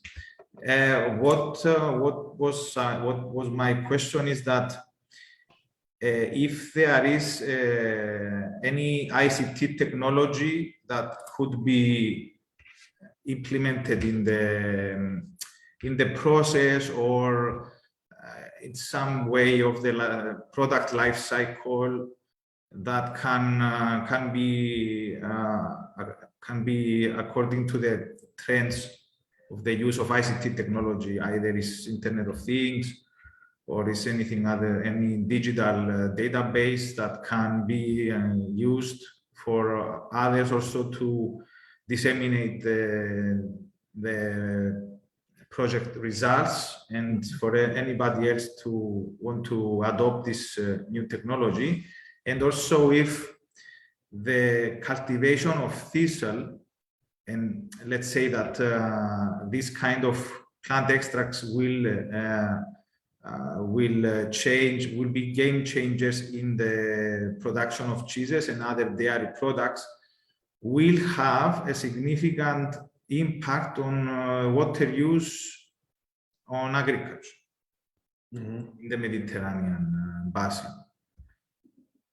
So I think we can forward this question to the coordinator of the project. Probably now he's not connected because she was the first project of this long day of projects. Have you got some other comments about the last one? I don't know. About the Sprayly project, for example. Yes. Farms. Sprayly project. Of course, again, it's aligned with the new industry trends of using low impact processed food, let's say. Again, at that is that the question is that how this lower impact food processing will affect the integrated management of resources, which is energy and water. I mean, is this a process that is using less water than others? Is it a process that is using less energy? So that's my comment on that. Again, it's a very interesting project. It's in line with the new directions in food, in changing food around the world. But at the end, the questions that we need to answer is about how much impact we have on our natural resources. Andrea and Luis, what do you think about this point? Can you see connected? Hi, everyone. Well, first of all, thank you to all the speakers, because there was a huge work behind all those 5 minutes project presentations. And Yeah, I'm very impressed from the work. I would like to ask some questions about the energy related projects. And just some curiosities and some well, questions that I have. But I would like, before I get going to particular questions, just tell some general comments. So I think some of the projects have to identify a clear competitive advantage. And this doesn't mean just I discover something that is innovative. So you have to look at your competitors that are probably there doing something which is pretty close or even the same. And if you can do it better, or you can do it cheaper, or you can do it, you have to identify that. Otherwise, the customers won't choose your option, right? For instance, the project of this Spreadly, it was impressive because I mean, it's something which is homemade with local products, and it's very appealing, at least for European customers, because we are very conscious of buying to local farmers and buying products without additives.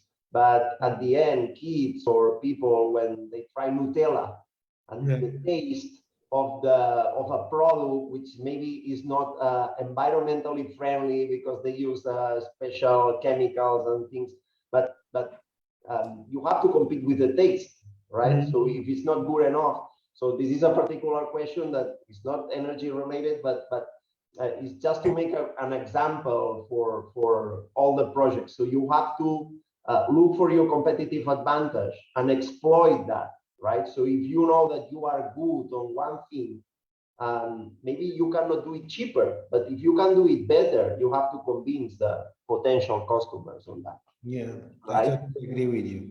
So I have some particular questions to several projects. To Alginor, they say that they can produce biofuels from this production of marine algae. I read biodiesel. I was just wondering if they can produce ethanol, because ethanol can be either a biofuel, but you can use ethanol to make some liquors, or even wine, or I don't know, or even ethanol for sanitary purposes. So maybe you can do a fermentation of these algae and produce ethanol, which could be interesting, but just a question. From the project Drive Green, I was also pretty curious about the TRL level of this technology, and if they protect this technology by patents. I remember was a photovoltaic fast charging station for electric vehicles. I was also curious about the quality of the electricity that they provide to the electric vehicles, because when you use photovoltaic panels, sometimes the quality of the electricity that you can provide to batteries is not good enough, and maybe you can damage the batteries. And if they took into account the intermittence of the renewable energy, so what happens in a cloudy day? Can you go with your car and recharge the car? So these are things that you have to keep in mind. For pure farms that they do vertical farming, this is actually very interesting, and I will just throw a crazy idea, but did you think about contact aerospace industries or agencies? Because the aerospace race to do Mars colonization and things like these, they are investing a lot on vertical farming, and even going to the moon, and these kind of facilities to do vertical farming are interesting, not only just for farming here on the earth, but maybe even on the space. You can find business case. What else? High tech was about hydrogen, and I was curious about the market for fuel cells, right? So you have a process to produce hydrogen, and it looks, from the slides I understood, it was very pure, but But if you don't have fuel cells to convert hydrogen into electricity, then there is no business case here, right? So you have to focus maybe on using hydrogen as a commodity chemical, but not as an energy vector. Well, I have tons of questions, but yeah, maybe just those ones. And if they are not here, maybe since the video is recording, we can send them to the project. Yeah, Luis, I think that we can register the questions, and I would like also to Andrea if has some question, and we can forward the question directly to the project coordinator so that we can stay in touch with them and proceed. Andrea, if you have some other questions, so that we are I compliment on Luis. Sorry for interrupting. Please, Nico. Because I was also looking into Algenor and the other companies, Garbalizer. And I was wondering if a kind of synergy could exist between the two processes, because one is using algae and also the Garbalizer is using some organic extracts to produce their product, and maybe as an idea will be this, and because synergies are promoted and cluster forming is also being into the new farm to fork strategies and general global strategies for business development. Maybe it would be an idea to. Yeah, for sure. We can ask to our partner Veritech to propose this kind of interaction between the two projects. Yeah, I totally agree with you. Yeah, Nicola, I will forward some technical question to some of the project coordinator related mainly to water management and modeling. But I just like to give you a general information, that is a suggestion, if I can. In particular, for the first projects that we see this afternoon, so all the projects that are really interesting from the research point of view and innovative point of view, what I suggest is that at the end of the project, try to add also a go-to-market support to, I don't know, with startups, with trainings direct to specific person. But is really important to not lose this knowledge. No, is I don't know, something similar to other project. The Technoriat program is obviously more concentrated on that. But if we can take some knowledge from that program and that experience to other projects, it could be really interesting. Also with the connection to the private sector. Some project has no connection with the companies, but I saw that many topics are interesting for the business in general. So it's important also to not lose this knowledge and use that. This is just my general suggestion.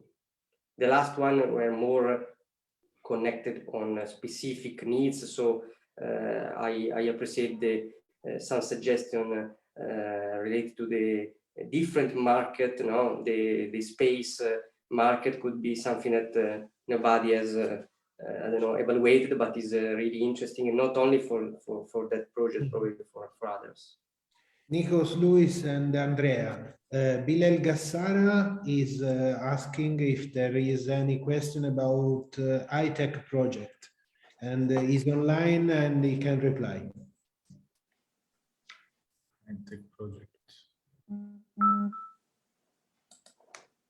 Yeah, I had the particular question if they, in high-tech project, if they studied the fuel cell market.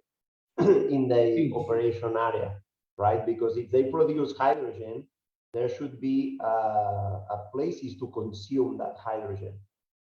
I would say as an energy vector. I think they focus that hydrogen production to be used as an energy vector, right? So if they produce just the electrolyzer or the full electrical generator using hydrogen as an energy vector, that would be my question, because I understood they only produce the electrolyzer, but in the scheme they place a fuel cell there.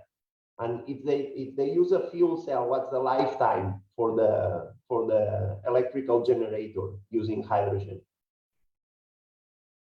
Please, Dylan, if you can reply.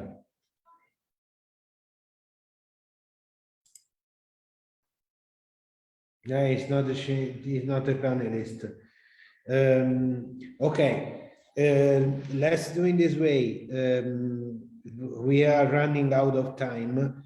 We run out of time. So please. I just wanted the last comment, if I may. Please, and then if we don't have any other point. From all the projects, again, it's truly innovative ideas. What I was missing in the entire session is a clear attribute to the water, energy, and food challenges that we have to quantify better and in more detail, because the qualitative aspects of all the projects are there, and it's clear of what they are focused on and what their end results wish to be. But in order to have the impact we need to have in the Mediterranean area, which is a crucial area and is being really hardened by the climate change and the climate change impacts, we need to quantify exactly what we are expecting to save. Because if we can quantify from each project, we have seen about 25 projects today, and it's one event. If we can have a cumulative impact on certain quantitative aspects on each from each project, then we can move forward. And the case here is that we move forward in saving what we have to save in this area. It's a very rich area with rich mines and rich resources, but we need to quantify everything in detail so we can put these things forward. That's just my comment on everything. Yeah. Okay. We will take into account this point. Just to conclude, if there are any more questions, I would like to put together the comments and the suggestions that we didn't have the opportunity to discuss together, but that we group in the Excel file that we share together, Luis, Nikos, and Andrea, and the other two members of MTFG group. We will share these suggestions to the participants, and I think that we definitely have to proceed in quantify the results of the day in terms of the UEFA Nexus, in terms of the improvement of the impact on water, energy, and environment and food aspects. So from my point of view, I think that we can conclude the long day of projects.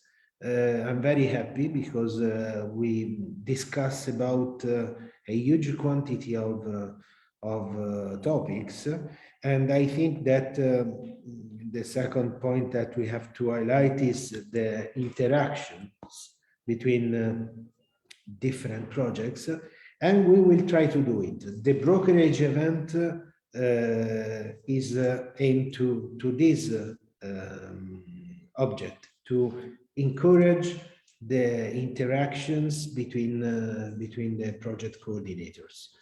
So we will do our best in creating this kind of interaction tool, thanks to the activities of FIMAC project, like IAB portal. So I would say that that's all. I really thank you I thank the Chamber of Commerce of Tunis for the hosting, and I really thank you all the participants, all the speakers, the coordinator, Gustavo, and all the NTFG group who support me and support everybody. Gustavo, raise the hand to say the last thing, please. Well, I mean, firstly, thanks for all the attendees. Hope that we have contributed to you. Hope that we can share with you, as Nicola indicated, some feedback. Hope that we can open opportunities for you, just to keep the message that we will be launching these vouchers for different regions in the Mediterranean for testing, innovation, and incubation, and you could have the chance, if you apply and you fit to the criteria. For those people participating in the hackathon, congratulations. We have perceived a real improvement from your situation from the last evaluation in November. And we hope that in the coming future you have the chances to meet investors and to develop your business ideas at the regional or international level. Just try to consider some of the recommendations that we have provided here today. And finally, really thank you so much for the members of the supporting group that have been working with Nicola, for your valuable inputs and your indications. And it has been a pleasure to meet you all these enriching experiences. And please keep us on your mind in case in the future you want to develop synergies, you want to test some issues, you want to enlarge your network, you want to be connected with other counterparts in the Mediterranean. And again, thank you all for this afternoon. Thank you very much, everybody. Ciao to everybody. Bye. Thank you. Bye-bye. Ciao, ciao. Bye. Thank you, Nicola. Bye. Thank you. Bye. Bye. Bye-bye.